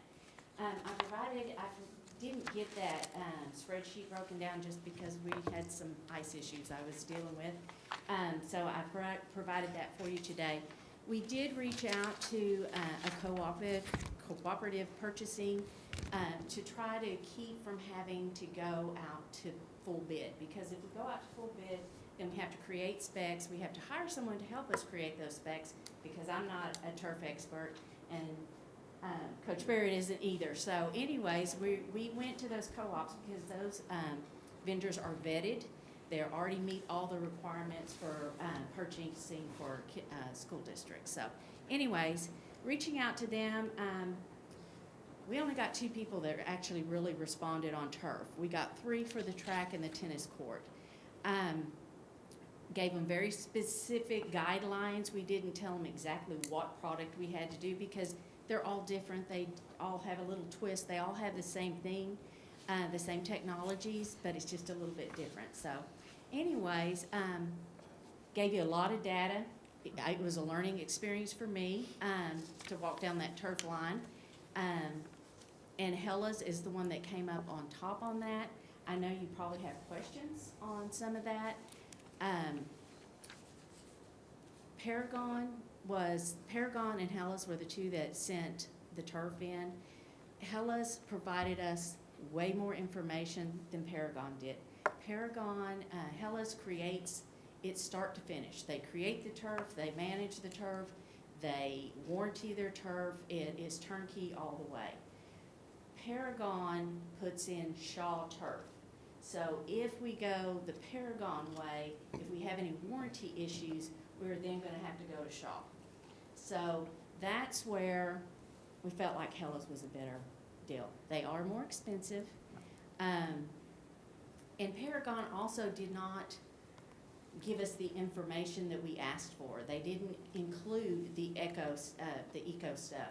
They didn't provide all that information, and I had to call them on the last day that the quote was due and say, hey, I need this so I can get it to my board. So given that, I just feel like Hella's will be a true turnkey for us on all three projects, of course the turf being the most expensive. One of the things I did want to point out on the turf, on the spreadsheet you see there, if you look at actual turf to turf, Hella's is actually cheaper. What makes the Hella's product a little bit higher is this cush drain here. And one of the main things we were asking about is in, the technology has come a whole lot further than when we originally put the turf in. But this here kind of looks funny, but if you want to look at it, this right here is where the shock absorption, and this part here, and it's the, I think, 130, right, basically 131. This is warranted for 25 years. So once we put this in, we're not going to have to replace it again for 25 years, okay? And again, it's their product. We're not going to have to go to somebody else. The first turf was put in 2004, right, Coach? 2004. Okay. By who? And it was replaced in, Trackmasters. Okay, because we had problems with them, didn't we? Okay, Yes. and but that, that's not them. and Okay. then it was replaced at the end of its life cycle in 2013 13. with also drainage issues that were being fixed at that time. So now from 2013 to 2021, we're right at that 8-9 year mark. Now, the technology has changed a lot since the original turf was put in, and with the concussion protocols that are now in place with high schools and professional sports, this is where the cush drain technology has come into place. It, one, it helps with drainage, but it also is that shock absorption, which was an added layer. If you turn that box around, you will see that there are 6 different layers. That is an added layer that was not there before of shock absorption. So we don't have this here. So right now you don't have cush drain, and Paragon doesn't offer cush drain. They may, but they didn't give it to us. We asked specifically for, because in it, and I think I sent that to you, what we specifically asked for. We asked for what their energy, I can't say it today. Dissipation?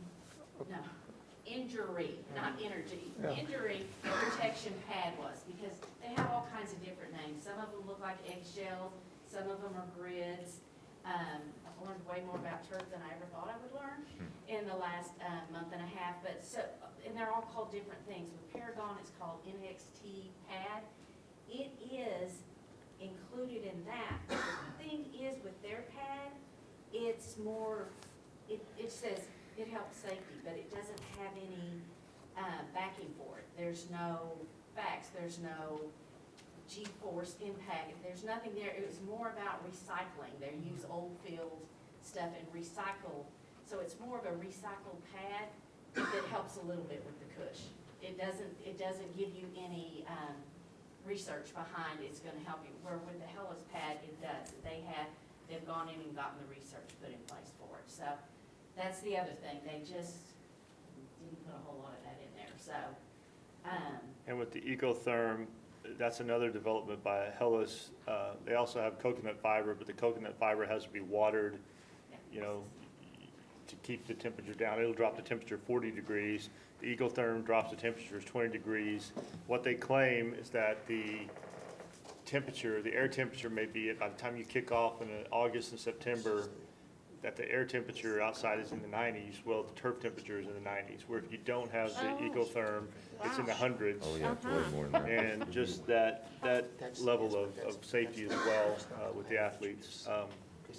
There's been a lot of advances that weren't there whenever the last turf is. The other thing is with this ecotherm, you don't have as much loss with it because it's not clinging to the athletes and coming off the field like it does with the rubber pellets that are in it right now. And I will tell you, that was one of the big selling points. The ecotherm is expensive, don't get me wrong, it is expensive, and it's a want, it's a big want. But the ecotherm, if we put that in there, those August games when it's 105 outside and we're sitting in the stands sweating, it's usually about 125 on that field because of that black rubber that's in there. The ecotherm takes you to whatever the ambient temperature is on there. The brown that they're passing along there, you can do that. It's an eco too, but you have to water it. And for me, with Kennedale water prices, I don't want to have to water it, and it's a coconut, because you have to get it wet to get it to come down with the temperature, where the green you do not, the green fiber. The thing about the green fiber too is once the kids are on the field and moving around, some of you, if you have athletes, you know it. Your kid comes home and there's that black rubber everywhere because it has static electricity. It sticks to the kid. With this, it will come. They said when they first put it in, maybe the first month you'll get a little bit of it, but it settles and you don't get that stick on you.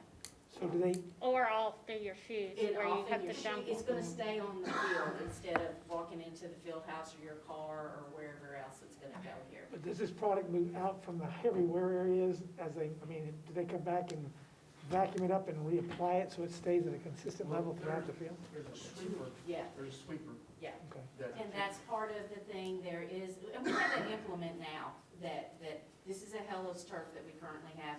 We have that, the coaches pull it behind the gator to fluff things up. One of the other things that technology has changed with the fibers is they now sew it together, and it has a crinkle. I'm gonna bring this, or Richard, if you wanna take it and show it to him. It's really kinda cool, it stands up. I don't know if you've been to out on the turf, everything's flat. The technology now with this particular matrix turf, it will stay up no matter what. Even when you hit it, it's gonna pop back up. It's not gonna have that flat down. We were laughing over here, half of our turf's on that chair over there. There's a bunch of green turf over there. So, just the technology has changed so much from 2004, even from 2013 to now. And we're at that point, for the safety of our kiddos. How many repairs have we already had? Coach, you may know, but how many repairs have we had on the turf already? I don't know an exact number, Mr. Chief, but, a lot. You were having to do repairs when I was still coaching soccer here. Yes. That was a while back. And the thing about that is this is Hellas turf. They warranty that turf for 8 years. So the life of that turf, if we do a really good job with maintenance, which I'll be honest with you, in the past, we haven't. Moving forward, we're gonna create laws to make sure that stuff happens on a regular basis. They warranty it for 8 years. If we do a good job, we might get 10 years out of this. Yeah, they're saying that this will last 8 to 10 years. It'll give us a little bit of latitude. So it's like that. So, Will the maintenance on this be more expensive than the maintenance that we're doing on the current field? it's not a cost. It was actually doing it. This last year was the first time that this turf had ever been tested or More cleaned. level surface. So I had it cleaned and tested and. Coach can attest to it when they cleaned it, Soccer. they sucked all of the stuff out and then put it back in and re-spread it evenly. But they get the bobby pins, the safety pins, the metal, There was like a bin some of my full yard. of just stuff. And we also had it, because of COVID too, we had it sanitized too. When we did all 4 turf fields, we did the baseball, softball, indoor, and here, we had them all cleaned and tested, and that had never been done before. So, it cost us about $18,000 to do that, but that's something I think it shouldn't cost that much because we've never done it before. And we also ended up having to put 2,000 pounds of rubber back in this one. it had lost over the years, so we had to put more rubber back. So, that's kind of where I almost, my stomach just gets up, I was like, they're gonna go, here she comes with the big money number again. And it's always a big number when it's facilities, because it's facilities. But we just felt for, you know, it is a big chunk of change, but for the safety of our kids, we just really feel like it's a good, and Hellas has not done us wrong. Every time we've called them, they've come out, they've fixed it. Even on the baseball field, we've had them had to come do some stuff on the mound, and, you know, they're start to finish. They make that grass in their own factory. It's not somebody else doing it. So, you know, it kind of falls into that, you get what you pay for, and that's a nice price. I won't lie about that. But I just feel like it's the better product. Coach And a Bill- lot of these projects were done, I think, off of a bond before, and they're coming at the end of the life cycle, but all at the same time. The track, there are issues with the track right now. Do you want to go over some of those issues with the track? Jump on. Well, the track is, I think in '98 it was originally put down, and since that time, we put layers on top of it, but we've never taken the base out. And that's what needs to be done. As you walk the track, you can see there's a lot of cracks in the track that are tied to the base. It's run its course, and it needs to be replaced. And so we've had companies out to do patchwork all around the track, primarily over here on the home side, but all around the track. And so when they came out, when Hellas came out to look at the turf, we asked them to walk the track with us as well. And they observed the same things that we saw, as did Paragon. We walked the track with them as well. Eileen, I don't remember the name of the other gentleman that was out on the track with us. He was, are you talking about ProTrack? Yes. ProTrack came out, but they didn't do turf. And they wanted to, well, we can get a third party to come in and do it. And the whole thought behind this was, I have it called the triple cheese, the turf, the track, and the tennis courts.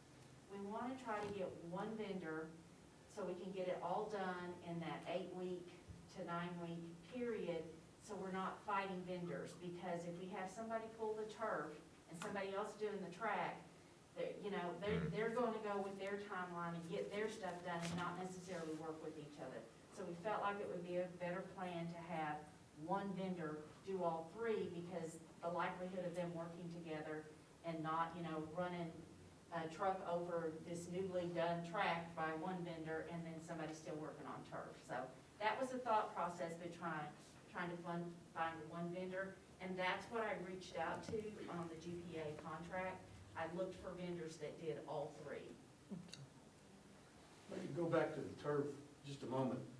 Midlothian, ISD, South Lake, and then I think Eileen on her spreadsheet, she has some other, NFL teams that have the same turf, this right here. And so, having talked to the AD at Midlothian, Todd York, he says that it was the best move they made in terms of resurfacing, putting this particular product down as opposed to what they had before.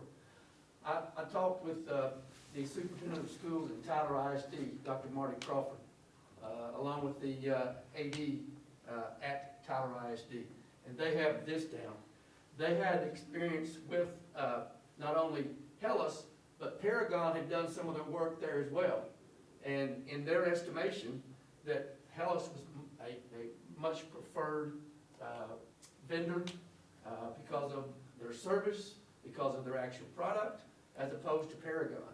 And Dr. Crawford even shared with me, he said, Coach, it's a no-brainer. He said, I have a family that works with Paragon, but when you compare the apples to the apples of the service, the product, Hellas is far better. I also spoke with the athletic director of the Rockwall Independent School District, and he says the same thing about the product that Hellas has. he even mentioned something that we experienced here. An hour or so before one of our games, football games, we needed a repair done, and they couldn't quite get to us, Monday and Tuesday. But they got to us before game time, they got it fixed, got it repaired, and, they were so inundated with people requesting repairs. But they made it a priority to get to us. They kept telling me, we're gonna get there before the game starts, and they did. But that's just another example of their willingness, I think, to back their product and also be available. And they're all over the state, not only just state, all over the country as well. But Randy Bullock, who is, I think, this senior vice president, who's been in the area at Midlothian and now up in the Allen area. He's been in the turf business for 10, 11, 12 years, and he stands behind his product.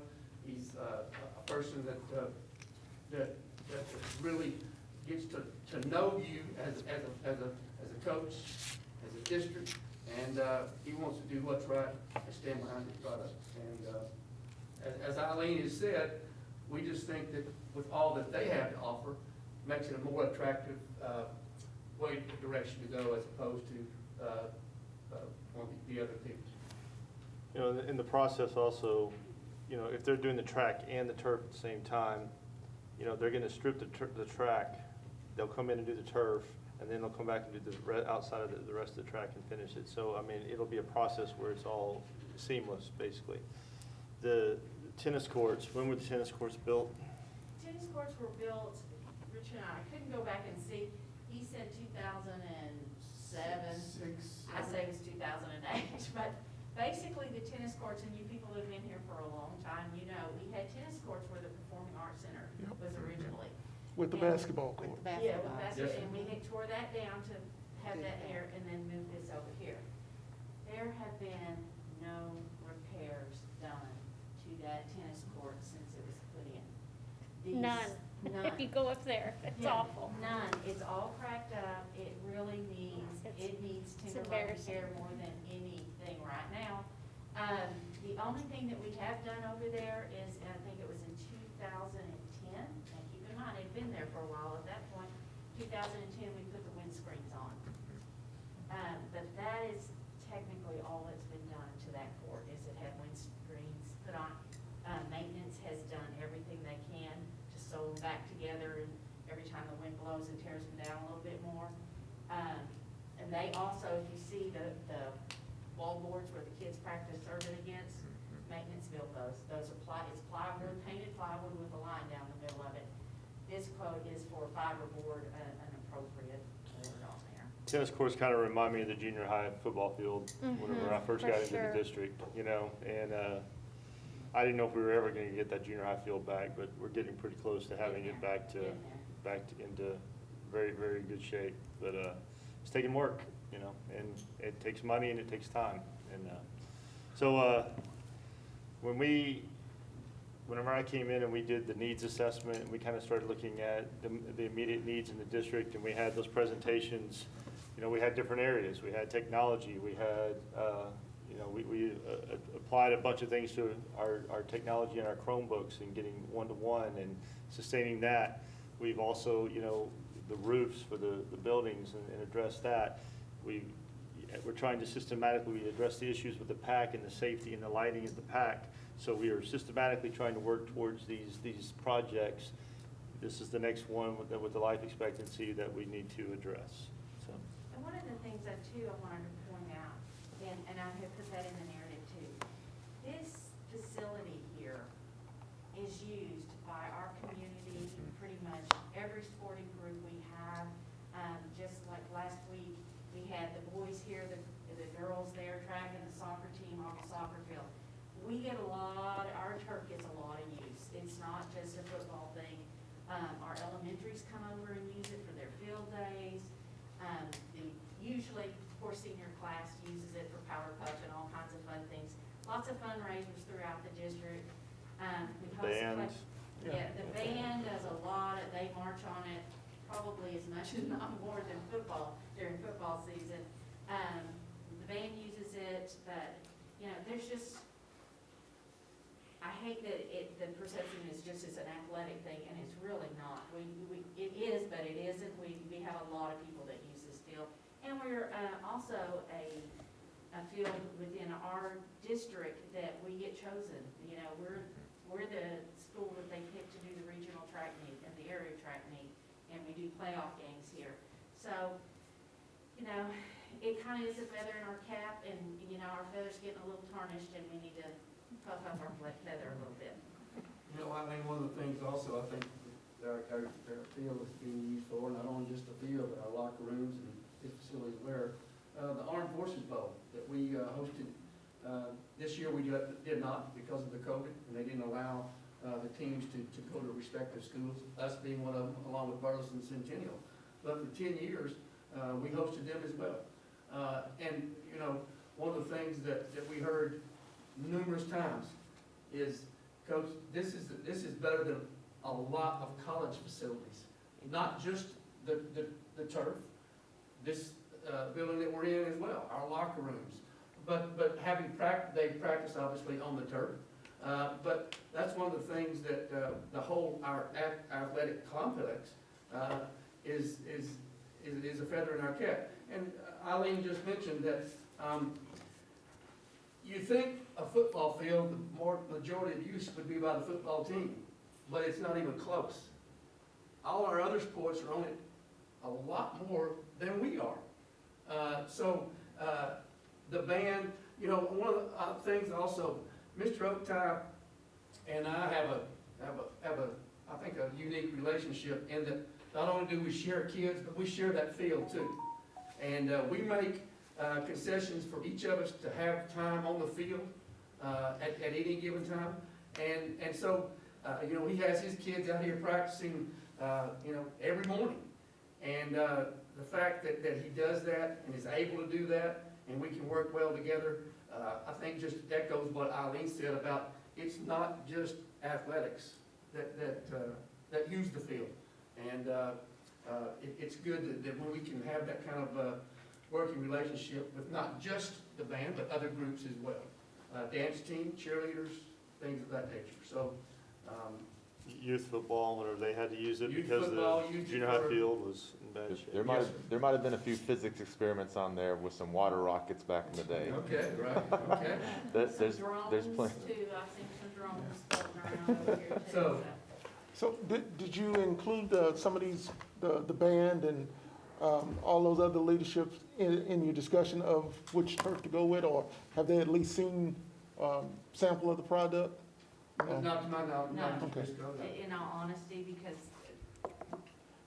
although the band uses it, Yeah. unless a kid trips, they're not, you know, they just want the nice even space and that for their competitions. And I think that shows in our bands, how well our band has done, because they hit, theirs is the hash mark in the right place and is the line in the right place. But if they do fall down, we'll have the shock absorber in there now. Well, I will say that ectotherm, they're gonna notice that in Yes, August. I think that, especially for the heat of our kids, it's expensive, but for the safety of our kids in Texas with our 100-degree weather. Okay. Eileen, would you tell them about where the ectotherm will run? It won't Yes. just be on the playing surface itself. Yeah, it's the whole field, the end zone, the whole thing. will- Sidelines? Every sidelines, it's the whole field, the But whole. now, the D area, as they call it, Yeah. Mr. Bisco, out of the end zone Right. to the apex of the track on both ends, that won't have that pad on there. That cuts down the cost as well. Okay. You know, a few other things I think for your consideration you look at is, one, there's $100,000 built into the allowance. That's built into their bid. That's not in the other ones, okay? So if they don't, that comes back, that's taken off. We're hoping that The, that doesn't the Cush drain, as I stated earlier, that's a new technology that's a Hellas product that they came out with, 25-year warranty.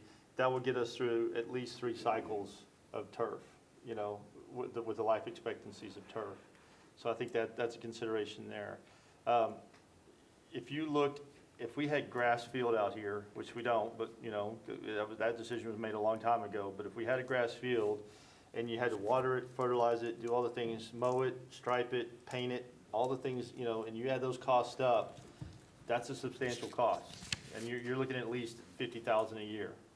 And I think the turf, you know, if we use the life expectancy based off the cost, you're looking at, if we just went off of 8 years and didn't extend it out to 10 years, we just went off 8 years, it's about $62,000 a year in maintenance cost. That would be like maintenance cost applied towards that maintenance cost. So I think there's different ways to look at it.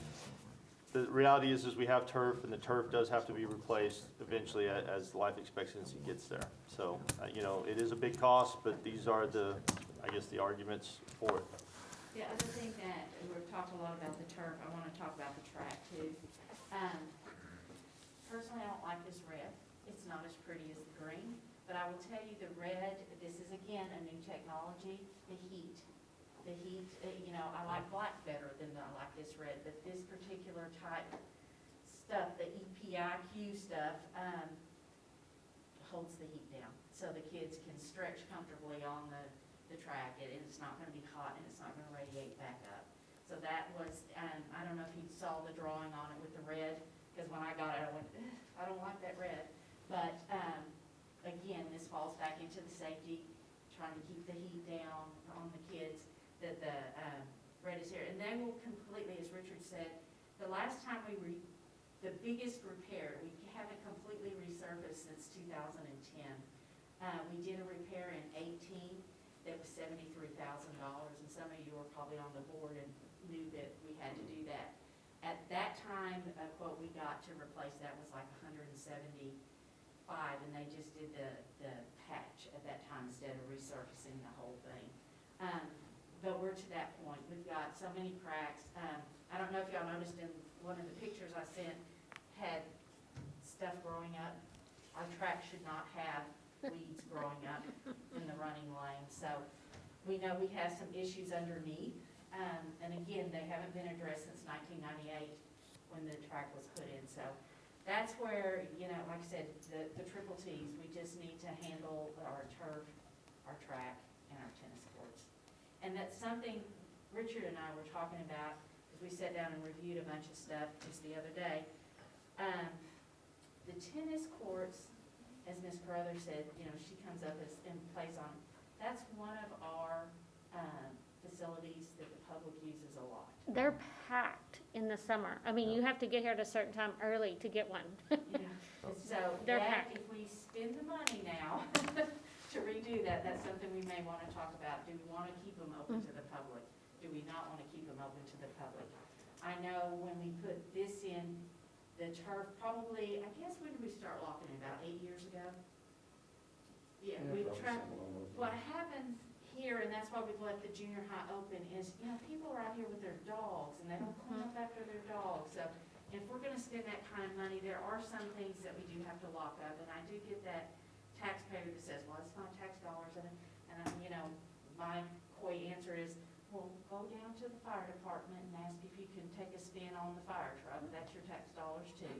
You can't always do that. But we feel like we still need to keep this one locked down, and you can make the decision about the tennis court, but that is one of our public. And I feel like it's kind of that double-edged sword. I want to make it nice so the public can use it, but at the same time, I don't want them to tear it up, so.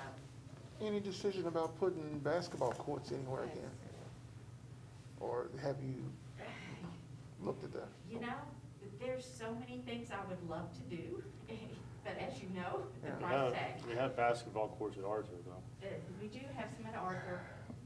It would be nice if the city and the Yeah. school could And partner and build that's some tennis been- courts and basketball and, That's you been know. part of my And then we could lock it and questions. keep it up. One of the things that I've always questioned about it, in the city of Kennedale School District, there's probably 3 sets of basketball courts in the whole place. And when you move from where the pack is to this set, you eliminated that set of basketball courts. And I like playing, I grew up playing in the summer. I grew up playing against older players in the summertime at, you know, basketball court, outside basketball court. You learn to stay on your feet and type of things like that. And it's just one of those things that I'd like to have some basketball courts where kids don't have to, have a key to a gym to go play.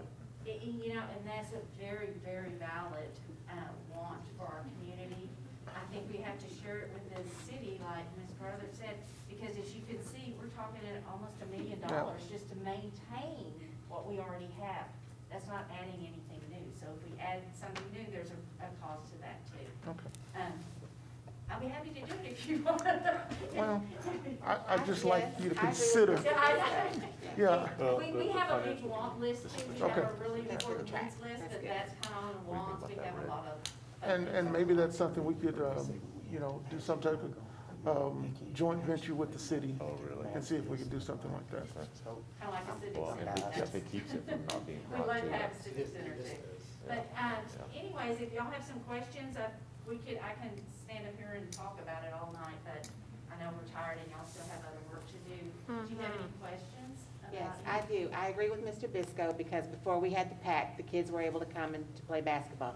So yes, I think you should look into that. But then my next question with this is there a projected start date and how long would it take for them to do Yes. everything that needs to be done? And that was the other reason going with the co-op, because when we have to go out to bid, the timeline just gets a whole lot longer. Right now, that's why it's on this agenda, is if you approve this, Mr. Adams said he would need to do a budget amendment to do that. We can start this and by going ahead and getting in line, so Hellas can be doing their products and all that, they can start the last week of April, and they should be finished by mid-July.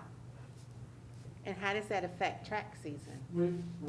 The state track meet right now is scheduled for, I believe, May 7th and 8th. Okay. And they said, Coach, we can start May the 10th, on Monday.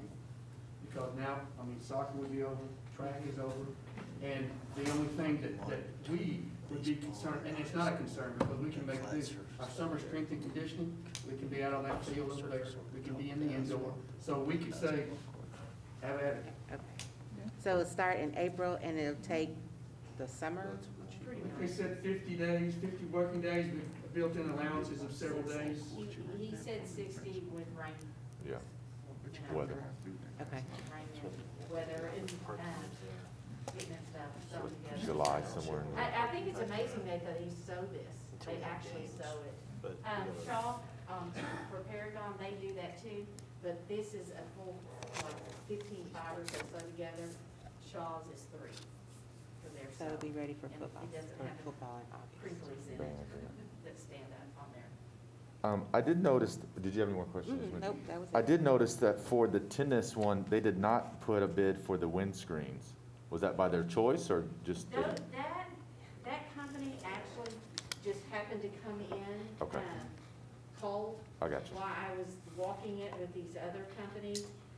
He said, oh, sure, yeah, I'd come out and do that. But then when we finished walking is when he said, well, I'll have to call another company. We'll Gotcha. do it with a third-party vendor and have them come in and do the turf and at that point. But I did want to go ahead and put his numbers in there so you can see the cost of the tennis courts versus. Well, and why my- he didn't include it, I don't know. Yeah, well, and the reason I said is because my initial thought was maybe we just pull the tennis out and leave that with them because it's cheaper, but I think it looks that much cheaper only because they're not even adding the windscreens in there. And I agree to your point, just from a logistical standpoint, having one company, since all 3 of these facilities are all right next to each other, imagining all the trucks, everything that's gonna be happening, anyone trying to use the media center during that time, or just general football, athletics, trying to go throughout this area, having one company to communicate with, for Coach Barrett, for yourself, whoever. And if there's makes a it- problem, one that's- company to that's call, right. then trying to figure out. I think anything, we've talked about this before, but I think with the junior high football field last year, whatnot, the initial assumption is like, we're gonna give $1 million to athletics. However, I agreed to what you're saying here. This isn't just for athletics.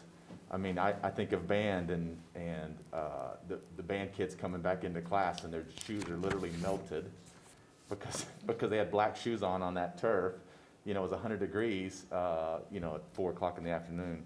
But so not only, I think this product here fixes a lot of the temperature issues, but then also the cushion, not just football, but also for the soccer kids. They don't have helmets on, so when they hit that ground, it's straight concrete sometimes, depending on where you go in the state. And then also, I think the warranty, for me, puts it over the top to use them. And then ultimately, as far as the tennis, I mean, I agree, the community is always out there, always out there. And as long as they're respecting the property, you know, they should use it. And if they don't, well then, you know, you can always take it away. So I mean, the initial assumption is look at that and go $1 million, but thinking of the thousands and thousands of people that it affects on a monthly basis, Coach Barrett, is worth it. Because we've had a lot of conversations around this. I did a lot of get the money legwork stuff, and he did a lot of talking to the ADs and stuff like that. He and his coaching staff went through and marked, and I have it. The field is used 489 times, which, you know, between the cross of, you know, this team's here, and then the band's here, and then this group's here. So it is used a whole lot. It's used by, you know, sometimes 2 and 3 people in one day. Yeah. So we did go back and kind of look at how much we are using that field. Yeah, no, I agree. I think it's an investment for not just our kids, but our community, community events. And then like you said, even it does, people outside the Kennedale community use it and gives us some profit back. And, you know, it's a shining, one of the many shining stars that we have here. So I've read more this week about fields and placing of turf than I have in my entire life. Coach Bear was like, Eileen, you might have given him a little too much. And I was like, you know, I don't want to ever be accused of not giving you what you need. I probably gave you way too much information, but I felt like everybody needed to be able to say, yeah, I looked at it, it made sense, because however you vote, you're gonna, you know, in the community, they're gonna ask you. I think one of the, for me, one of the important facts were that with proper maintenance, this could probably go as many as 10 years. Yes. So when you factor that into the annual cost of maintenance, you know, the additional cost, I think, again, it makes it worthwhile. I think you're correct, and I think Mr. G brought up good points about if we didn't have that turf, and we just had water and all those kind of things to go along with it, the cost of maintaining that would be, not astronomical is not the right word, but it would be very, very expensive. And the sweepers that we have currently, and we have 2 of them, one we keep up here, one we keep down here for the baseball, softball, they can sweep this new turf.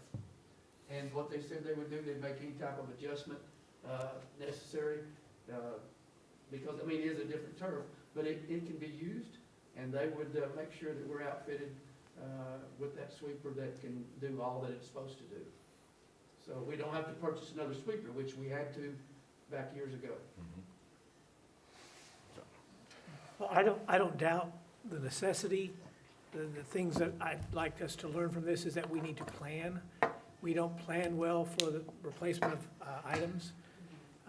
The community is going, the last time we did this, there was a lot of pushback and sticker shock about the expenditure then. And I'm glad Mr. G talked about it. My concern is, although I recognize there's a broad base use of this, are we comparable in what we expend for educational needs? Are we comparable in saying, are the junior high and the elementary schools getting the things they need to provide education? Because they don't enjoy, to the same extent, our high school's opportunities here.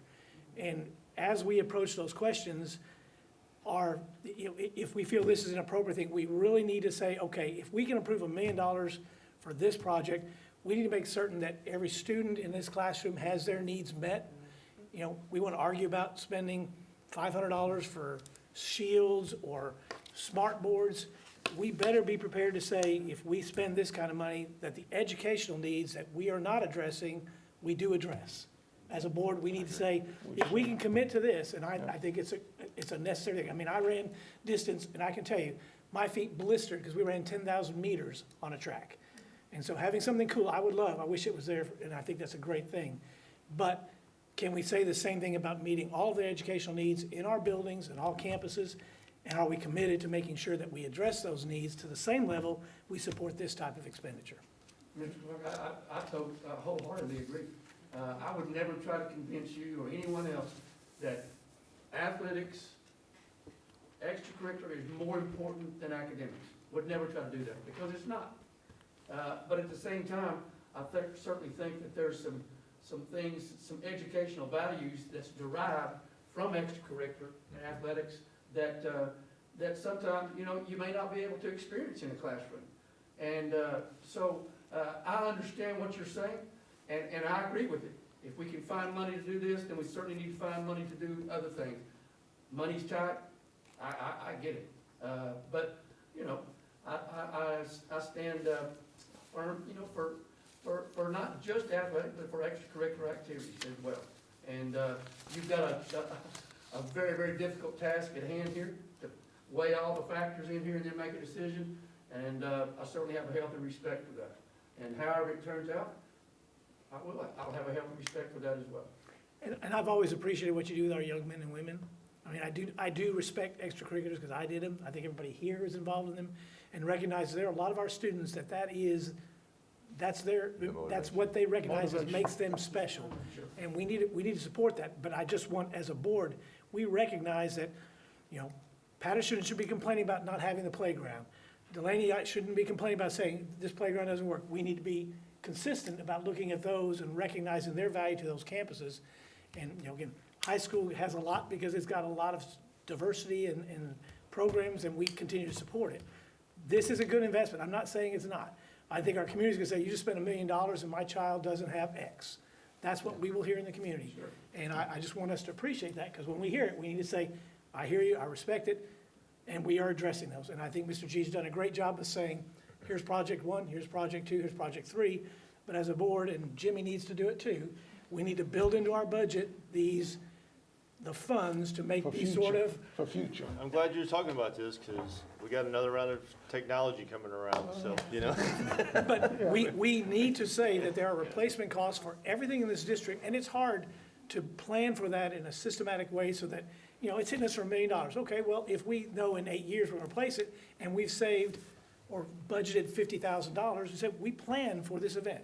We plan to replace our trucks. We plan to replace our, the trailer for the band. We plan for those things. Can't plan for them all, but that's something that we need to do. And I think this is where we've talked about the preventive maintenance, which she's talking about prolonging the life of the term. But if we put that money away each year, of that, say, $50,000, $60,000 away each year, we know at the end of 10 years, we're going to be replacing turf, and that's where I think you have to build into those budget cycles, the planning to sit there and be able to replace it, and it's not a surprise when it gets there, and I think that's the key to what we need to be doing.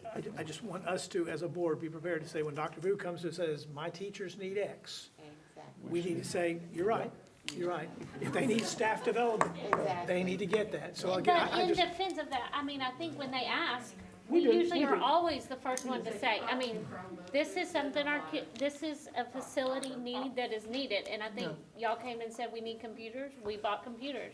You said you needed another I think, AP, we got another AP. I know not everybody has been on the board the whole time, but I think you have to, if you look at just since I've been here, the projects that we have tackled, I named them off earlier, the PAC, what did they, a commitment that was made by the board to sit there and address the PAC and the issues at the PAC.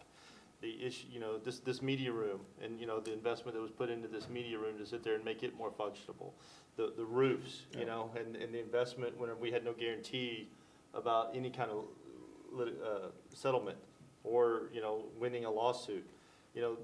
I think y'all have taken a bold step and have addressed a lot of issues that needed to be addressed. So, kudos to you guys for that.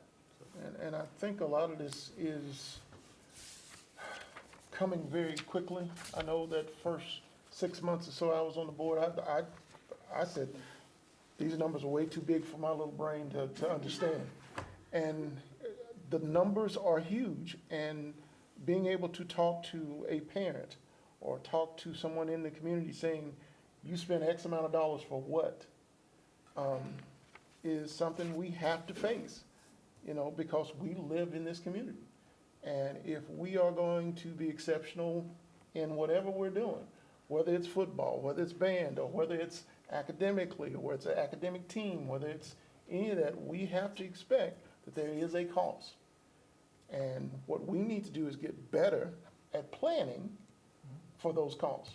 And I think we're stepping in the right direction, but we have to be careful, and each of us has to hold all the rest of us accountable to make sure that we don't go out there and just say, let's just spend what we don't have. And let's just spend even though we have a need, a better need in another place. So, you know, it is an opportunity to make sure that, that kids are better. It is used by a number of different organizations, different, you know, groups, you know, other than athletics, other than band and all those kind of things. It's a nice facility, especially for a 4-H school. But we have to also maintain that same type of excellence as far as Chromebooks, as far as our internet, as far as giving our teachers the tools they need to when they say that, you know, we need these things to make our children be better, to make sure that our kids not only can compete at the high school level, but at the college level and beyond. That we will be looking at these things the same way that we looked at this turf or looked at anything else that has to do with, you know, coming through here. We have to look at it as if this is, you know, this is our community. I'm planning on being here. So I'm planning on being able to, when somebody asks me, why did I do this? This is the reason why. And I'm gonna touch on something else that you're talking about, just our CTE program. So, you know, Dr. Devlin, you know, Ms. Littleton, you know, Mr. Cagle, how much money has been invested into our CTE program? We have equipment that, you know, I will tell you that we had an audit done of our audio-visual equipment up in our press box, second to none. You know, we have equipment up there that a lot of production studios don't have. We have a substantial commitment in our CTE program as far as funding. So, I mean, I think what you're talking about, we do, you know, and I do believe that when we see the need, we find a way to make it happen. You know, it's just, we have to be very, I'm very conservative. Everybody's in this room is probably shaking their head. Yes, I am very conservative. Mr. Adams is conservative.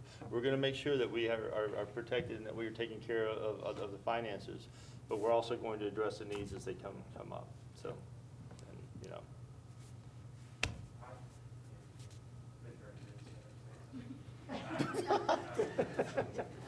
I want to just tell you, I know Ms. Moody had asked a question about testing, and being the principal at Kendall High School, it's been, I feel very fortunate. This board and the district leaders and Dr. New and her team have made so many investments in things that we're doing, things that we purchased, the infrastructure we built with our technology, the Chromebooks that we have, the technologies that we purchased, the teachers. I can tell you this, just go in every meeting that we've had and every opportunity that I get, I end that meeting and ask our teachers, our PLCs, our teams, and I'll ask them, what do you need? And I'm not getting any response from them. They are not responding, I need a monitor, I need a camera, I need a thing to do like that. And I feel that, in fact, we've reached the point, I know at the high school, and I say that because we are a third of the population, roughly student population of the district right now, with those 4 grades. And I feel very fortunate. I think we're at a very good point with decisions the board has made in investing in education. And on this topic and some of the investment, one of the things that Kennedale's known for, if you're not from Kennedale, the one thing I'd say about Kennedale that people outside of Kennedale knows is they know that we're good at things, almost everything that we do. They know that we are in if the academic team's coming, they know we're there. If that band state competition's gonna be there, Kennedale's gonna be there. And these investments in all of these programs, when I look at why are Kennedale kids successful, why is our community successful, and it's because of our dedication to invest in these resources. I'm gonna say this, with the academic success, our graduation rates, hooking kids into school, drawing families into Kennedale, in a time of competitive schools, this investment for me, from the academic standpoint, is a strong investment. It shows our community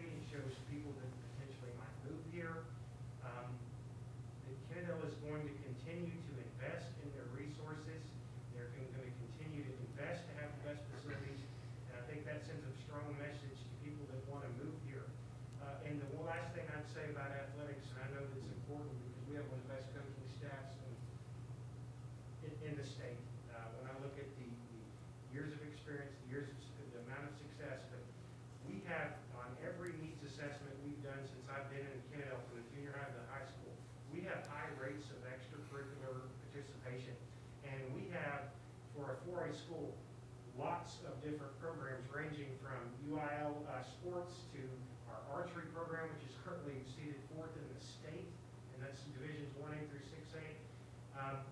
But when I look at the participation rates of those things in band at 16 or 17% of our student population in band, those rates are extremely high. And when we look at why are Cannondale kids successful and why are we successful academically as well, it's because we have the ability to hook kids. Not all schools have this problem. And I say problem, it's not a problem. It is one of our strengths. But if I could be the voice of why we need that turf and why we need those tennis courts and those things, is to show our community we're continually investing in making our resources better because we are committed to excellence. Thank you. Any more questions? All right, then we've talked about this for a while. I promised we wouldn't do this without talking about it. There's a lot of zeros Yeah. attached to it. So I will entertain a motion with regard to the request for replacement of the turf, tennis courts, and resurfacing the track. Quick question, are we gonna vote on the complete package? That's y'all, whoever wants to make the motion gets to make the motion of how they want it to be. I'll make a motion to approve the replacement of the artificial turf at Wildcat Stadium, as well as resurfacing of the track and tennis courts at Kennedale High School, the complete package by Hellas Construction. A motion by Mrs. Carruthers. Second. Second by Mr. Biscoe. Is there further discussion? All those in favor, please say aye. Aye. Any opposed? Chair hearing none, that motion passes unanimously. Swallow hard on that one. $1 million. Yes. I mean, obviously, I'm a lady, to say the least. But I do appreciate it, on behalf of our coaching staff, our band directors, and all those directors, coaches that use the field. I know they would be elated as well. The ones that will be most elated are our athletes, our band members, and I want to say thank you on their behalf. Thank you. Thank you. Thank you for the presentation. You want to take a break? I got it. We're going to take a short break. We've been here for several hours, so how about we come back in, it's 9:36, try to be back by 9:45. Okay. Next item is personnel, Mr. G. Paraprofessionals, predominantly we losing and gaining paraprofessionals. We did hire the nurse at Arthur. We've been using the nurse that resigned. She's been coming in and working with us and helping us out. She is going to train the other nurse, and she's going to remain on as our reserve nurse when she can work with, when we need her. So we're in better shape there, and glad she's hired. And that's really personnel. That's about it for personnel. Then we move on to item 11, superintendent's report. Okay, you had the s'mores and the campus reports, and instead of having the principals, you can read the campus reports from there. I'll give you briefly, you got the enrollment sheet, so you see what the enrollments are. We got Lisa Walsh for printing these for each board meeting, so you can see what the enrollments are and where we are. The neighborhood, that development behind Kroger passed the other night, so that's done. It's gonna happen. You see the one up here between the admin and the burger box. It's developing very quickly. They're moving quickly on that one. You're starting to see the 90 home development taking off. They're gonna start building on homes, or groundbreaking on homes there. And then you got the other apartment complex that's gonna be coming in behind Albertsons. So we're gonna have some growth that we're gonna have to address and deal with. Are you talking about beside Albertsons or behind? It's the one behind your By you, neighborhood. yeah, and it's coming quickly. It's gonna be coming pretty quickly as well. I know, I've looked at all the, So we're gonna have to start doing some planning. We've been, I've already been doing studies. We've got the UTA study done. I've had that with the engineer, Robert Gadbois with OBR. We're looking at, our campus sizes, room sizes, capacity, our numbers. We're looking at how we could possibly shift population. So we're looking at all of that. We're gonna address another situation tonight. We'll go into the closed session for it. I just spoke with the Arlington the person responsible for the widening of the road on Sublette and kind of asked for a status report. He said they're progressing, but he'll have something more for me in the next week or so, more information there, where they're looking at the, right now they're working out the drainage areas and how that's gonna look. But then I guess what was the other term he used? I can't remember, but it's like the easements or something like that. Right-of-way. Right-of-way, I believe, possibly. So those would be considerations that'll be coming up as well. I received 2 more charter notices today, and one of them can definitely impact us, and it is in the Fielder Church, right across from Kroger on 287. That's where they're proposing for the charter to be, and. Do they have, Wait, where is I it? guess I don't know that, do they have to give you notice, or what, how does that work? It's already an existing charter, so they already have their charter license, which that's a will big help. I have received 5, these are the next 2, so I've received 7 charter notices. We've already sent letters on 3 of them. We got 2 more that are trying to come down from Irving down into Arlington area and Mansfield area. And then these latest 2, they will definitely be in Mansfield and us, so So that's it's where gonna they're be at the Fielder, at the, That's where the one is that south proposed to be campus? at, yes. And so, that could significantly impact us, and we're gonna sit there and, I've got a group that's working to do opposition letters to it, so we're on the, I've been in contact with Dr. Cantu in Mansfield, and we're working to get a concerted effort to oppose it, so. So I'll give you those updates there. Can I ask on the Kroger development, did they mention anything about the bus stop, or, we talked about that with them, and they said that was No, something they would work on, but, They just passed it in the current form, from what I understand. Yeah. There's no changes, no alterations that they committed to. They just passed it in its current form. Yeah, I mean, it was pretty much a done deal, because I got on the site and they were already advertising for people as a development. So they already knew they were gonna get it passed, so it was pretty much a moot point, so. If they stick true to what they say, I don't think we'll have significant development. Now, if they sell it off like I think they're going to, which I'm pretty much inevitable, and whoever buys it out, what they stick to, I don't think that it'll be the same type of development. So, and we'll see. The one up on, between the admin and Burger Box, that's gonna be a significant impact on us. And that was passed by Kennedale right when I got into the that's going district. real So fast. that's the one that, Every day I when I pass first by. got into the district, we were trying to deal with it, and now we got passed. So we're gonna have some and new that's, developments. okay, that one is not even doing the retail like it was supposed to, No, right? it's just doing the apartments now. That's what I thought when I looked at the, They're not doing the Well, front. phase half. 1 said it's supposed to be townhomes, and So I they don't think that's so townhomes, I they- think that's gonna we be, suckered all the city into that we're gonna have retail, right? Once they got the zoning, they can put it how they want. So again, the only thing Which they're building right isn't, now. which is in line with what we were saying with the Arlington Right. one is, once you get that passed, Yeah. you quickly get a swimming pool and a playground in there. yeah.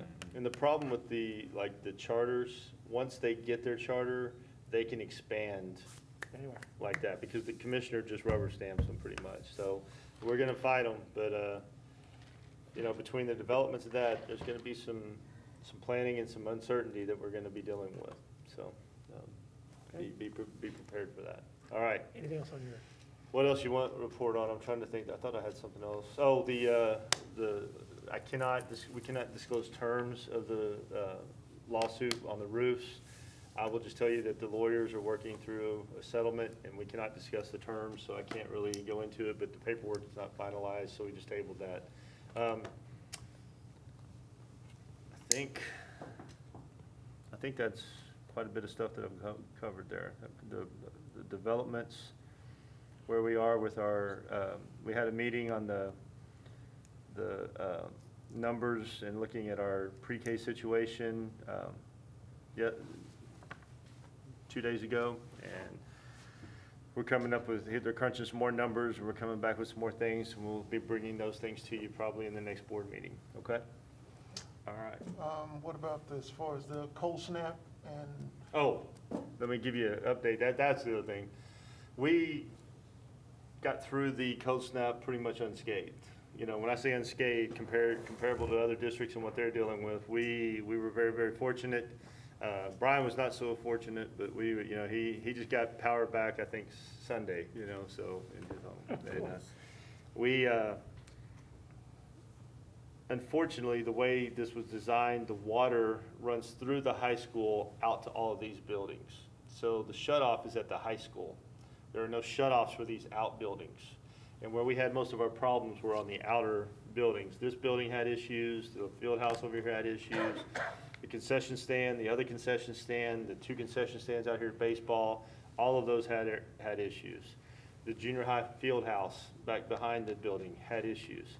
So what we're gonna be doing is we're gonna be working, our guys are gonna be working to build shut-offs coming out of the building to where we can shut the water off to all these outbuildings if we ever have issues with the temperatures again.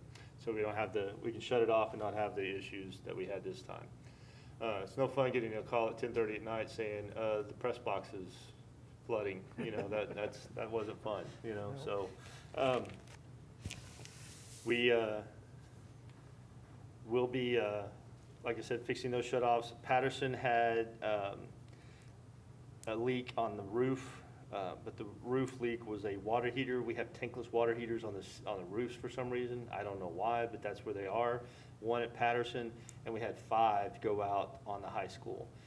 We have a $50,000 deductible, so if we make an insurance claim, the first $50,000 is on us. Anything above and beyond that will be on the insurance claim. At first, we didn't think we were going to even make it to the $50,000, but I think as things keep showing up, we're going to have it pop up on us. So we could get there a little bit quicker than I thought we were. Well, if our roof issues are an example, let's go ahead and make a proper claim on everything. Let's get it all documented. I'm sorry? Let's get all of these claims documented with the insurance carrier. Yes. So we don't have the same issues with the roof. Will we be able to get any FEMA funds to help with that? Will we qualify for any? Jimmy and I talked about that today. So we don't know that, one, if we don't meet our $50,000 deductible, you have to go through your insurance first, and if we don't meet our deductible, we don't know if we're gonna have a FEMA claim. So we're gonna have to kind of wait and see what happens. If we do go over, then we may have a FEMA claim and get some of that reimbursed to us. So now, if you dealt with FEMA, I saw this down in the hurricane whenever I was down. It takes forever, years. There are still school districts that don't have their money from FEMA, so from that claims. The other, oh my gosh, where's it going? Sorry. You asked that question, I kind of got off on, I had something else to say on the so other than the tankless water heaters and fixing the spouts and trying to shut off the water, we really got pretty fortunate there. We capped off a lot of things so we don't have hot water because of the tankless water heaters. We have to order those to get them in. So the supply and all that, how that's working. So it's taking a little bit longer to get some hot water in some places. Our kitchen is not, are not bothered because we don't really cook with water. We cook with steam and we cook with other stuff. We don't cook with water itself, but and we use broilers, so we don't have that aspect of it. But we wash the dishes, but those dishwashers have built-in heaters in them, and if you've ever lifted a lid off of one of those, you don't have to worry about the heat. There's enough, those heaters will heat it up to where those dishes are sanitized, and we're not in bad shape there. So, yeah, I think that pretty much reports where we were on those issues. Now, we did have an apartment complex that Addison Park over here, it's the apartment complex, and you're seeing that across the Metroplex. These big apartment complexes, they're not in good shape. They didn't have water. They finally got electricity, didn't have water. We opened up our showers to our students to come shower, so we got water to them. The Army and our counselor, our social worker here at the high school got like 40,000 or 40K. I don't have the number. 47 cases of water donated. So we took our counselors and our coaches that have worked to Coach Bostat and Coach Barrett, trying to get students in and get them showered so that they can sit there and go to class. We can feed them if we can just get them here. Unfortunately, some of the kids are displaced. They moved and went, or they didn't move, but they went and stayed with relatives in other areas. So hopefully they're virtual learners, and we're going from there. But it's been a very difficult process. I think today the state had a hearing on the whole situation. That's going to be a mess. STAR testing, we were talking about the STAR testing earlier. The state has come out and said that if students are virtual learners, they do not have to take the STAR test, but if they're in-person learners, they're going to have to take the STAR test. I'm predicting that we're going to have a lot of students switch over to virtual learners, as it gets closer to the STAR testing because of that reason. Now, high school students have to take the EOCs. No matter what, they have to come in person to take the test. So those are considerations that we'll have to deal with as we get closer to that. Dr. G, so the students that don't come to test, they're going to be scored, but they're going to be zeros. So does that affect our participation? The thing is there's no accountability right now. They're saying that, they're going to take the test. The state said, actually the federal government said that there will be no waivers, that they're going to require states to give the test, okay? So the federal government said that, so the state's not even going to send a waiver to them to try to get it done. But the state was already saying, we're taking the test, so, but now then they went and threw that little caveat out that if you're not in person, you don't have to take the test. Well, that's incentive for parents not to send their kids in person to take the test. I mean, that's what that says to me. And me and some other superintendents were talking and said, well, we're about to have a whole lot more virtual learners, when it gets closer to the testing time. What they hope to get from the data is going to be so skewed, and you're going to have mixed results. I don't know what they're going to really get from that. Their claim is that we need to have that indicator to know where our students are. I disagree 100%. We know where our students are. We've got other systems in place that we've already put in place to start judging where our students are. A STAR test is not going to tell us where they are. Yeah, the state needs to use the I'm MAP sorry? test. The state needs to use the MAP test. That's what we need to do. There's- Proficiency test is not gonna tell us anything. We're not being charged with any Yeah. accountability on that Which- test. They take it, but it doesn't Yeah, I know, affect but you. they will figure out a way to do Oh, yeah, they'll something. say that But you I'm didn't have just enough people asking about our participate. We'll get participation. punished, there's no question. The A through F accountability is not in play, and how they could realistically try to use the STAR scores. They can say it's not for punitive, and it's not for judgment or scoring, but we know how the state operates, so, yes. Well, TEA will come up with something we didn't do right, Yeah. even though we did take it. All right, kind of like the taper scores, we're still dealing off the data from, 2 years ago, so we're addressing those issues. Okay, I think that's pretty much my report.